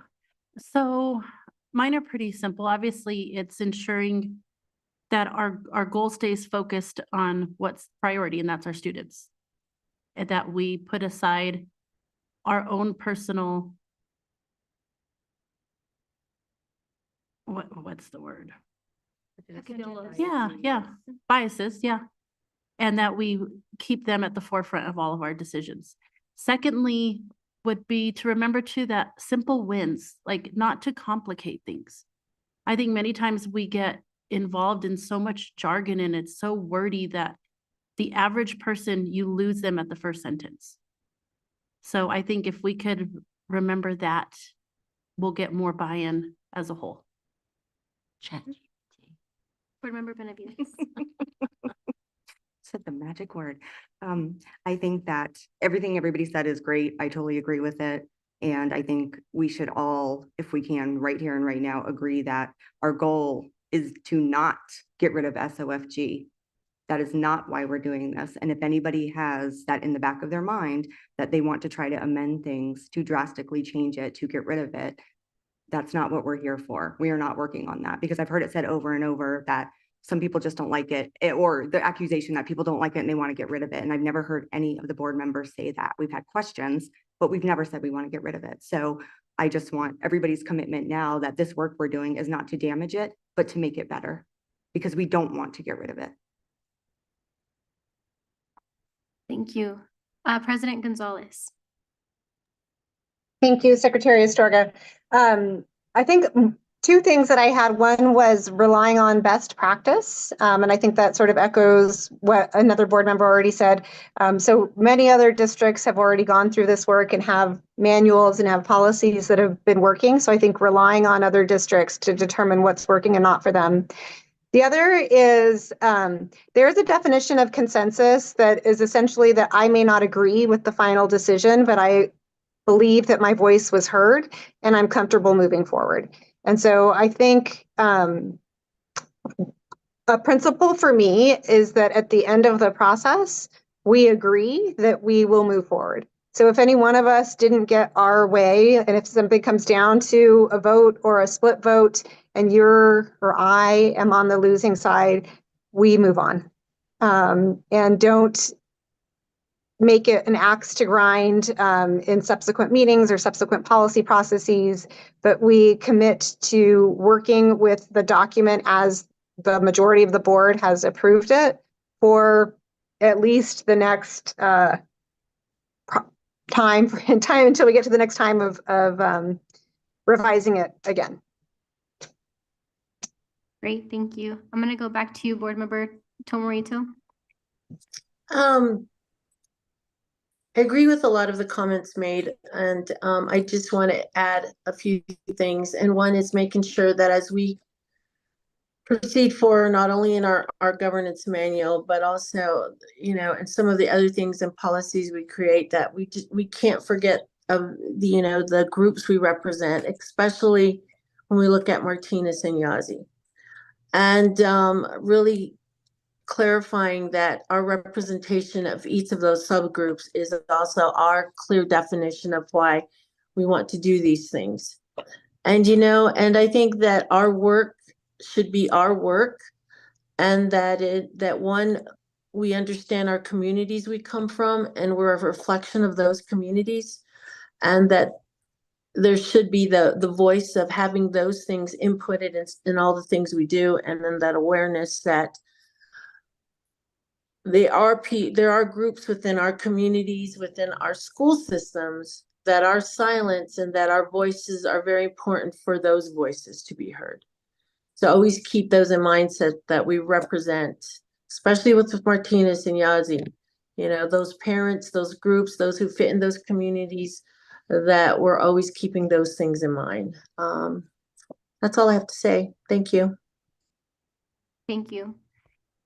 I agree with everything that was said. I do want to just reiterate what Board Member Benavides said about being on the same page with SOFG and making sure that we're all committed to the one goal, which is our students, right? So, and I also agree with Board Member Tapia Romero. I like it simple and straight to the point. So I'm excited to work on that in this subcommittee with this governance manual. So I think we got that settled, so we don't have to go to the next question. So I'll pass it back to you, Ms. Paz.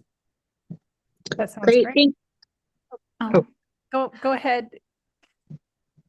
Well, did you have any? I was gonna conclude, but did you have anything else you wanted to add? I was going to recap, but actually I think that there were so many things said that it will be better if I type it all up and send it all out to you, that these are the things that you all have said. Simple wins. Simple wins. Taking advice from Crystal. Crystal always like drops the knowledge.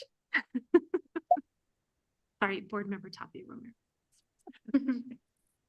Great. So as I noted at the start of this agenda item, it was discussion only and not a vote. So we have determined together to impanel a group of board members to refine the Board of Education governance manual. That'll be Member Astorga and Member Jackson. That process will work through the month of December, presenting to the board on December 20th when we have our training, and then subsequently report to the full policy committee chaired by Member Dominguez, and then reporting to the full board for final approval.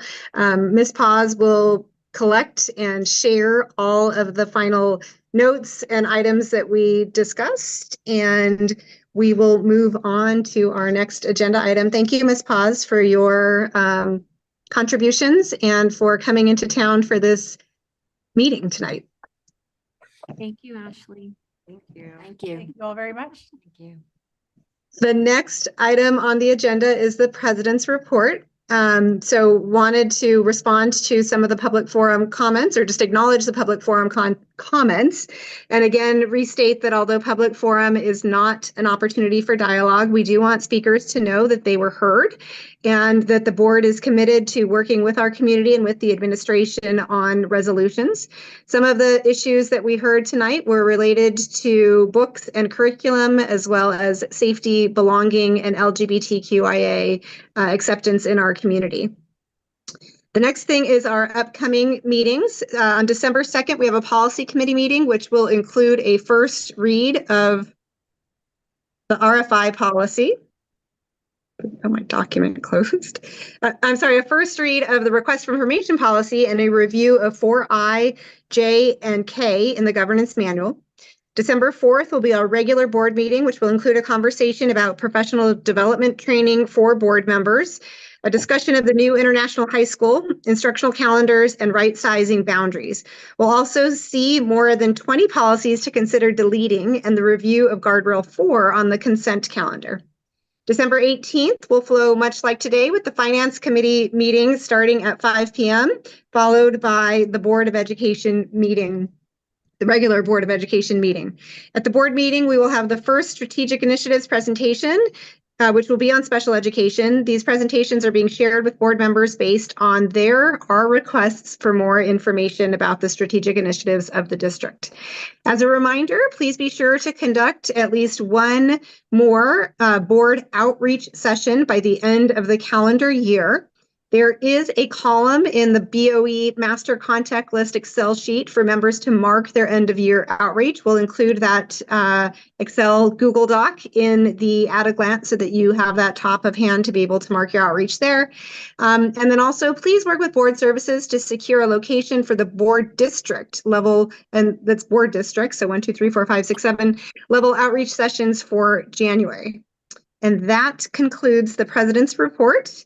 The next Board of Education meeting will be Wednesday, December 4th at 5 p.m. in the Allison Bruce King Educational Complex at 6400 Uptown Boulevard and live streamed at aps.edu.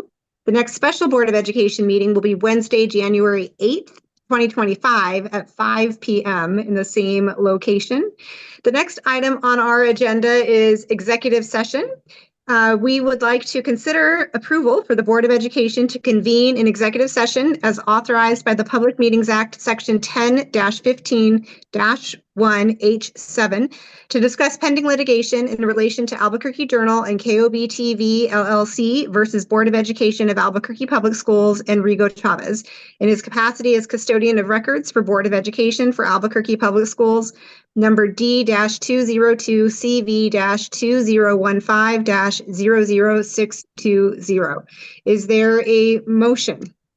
I move that we approve for the Board of Education to convene an executive session as authorized by the Public Meetings Act, Section 10-15-1H7, to discuss pending litigation in relation to Albuquerque Journal and KOB TV LLC versus the Board of Education of Albuquerque Public Schools and Rigo Chavez in his capacity as custodian of records for Board of Education for Albuquerque Public Schools, number D-202CV-2015-620. This is Board Member Benavides. I'll second. This is Board Member Dominguez.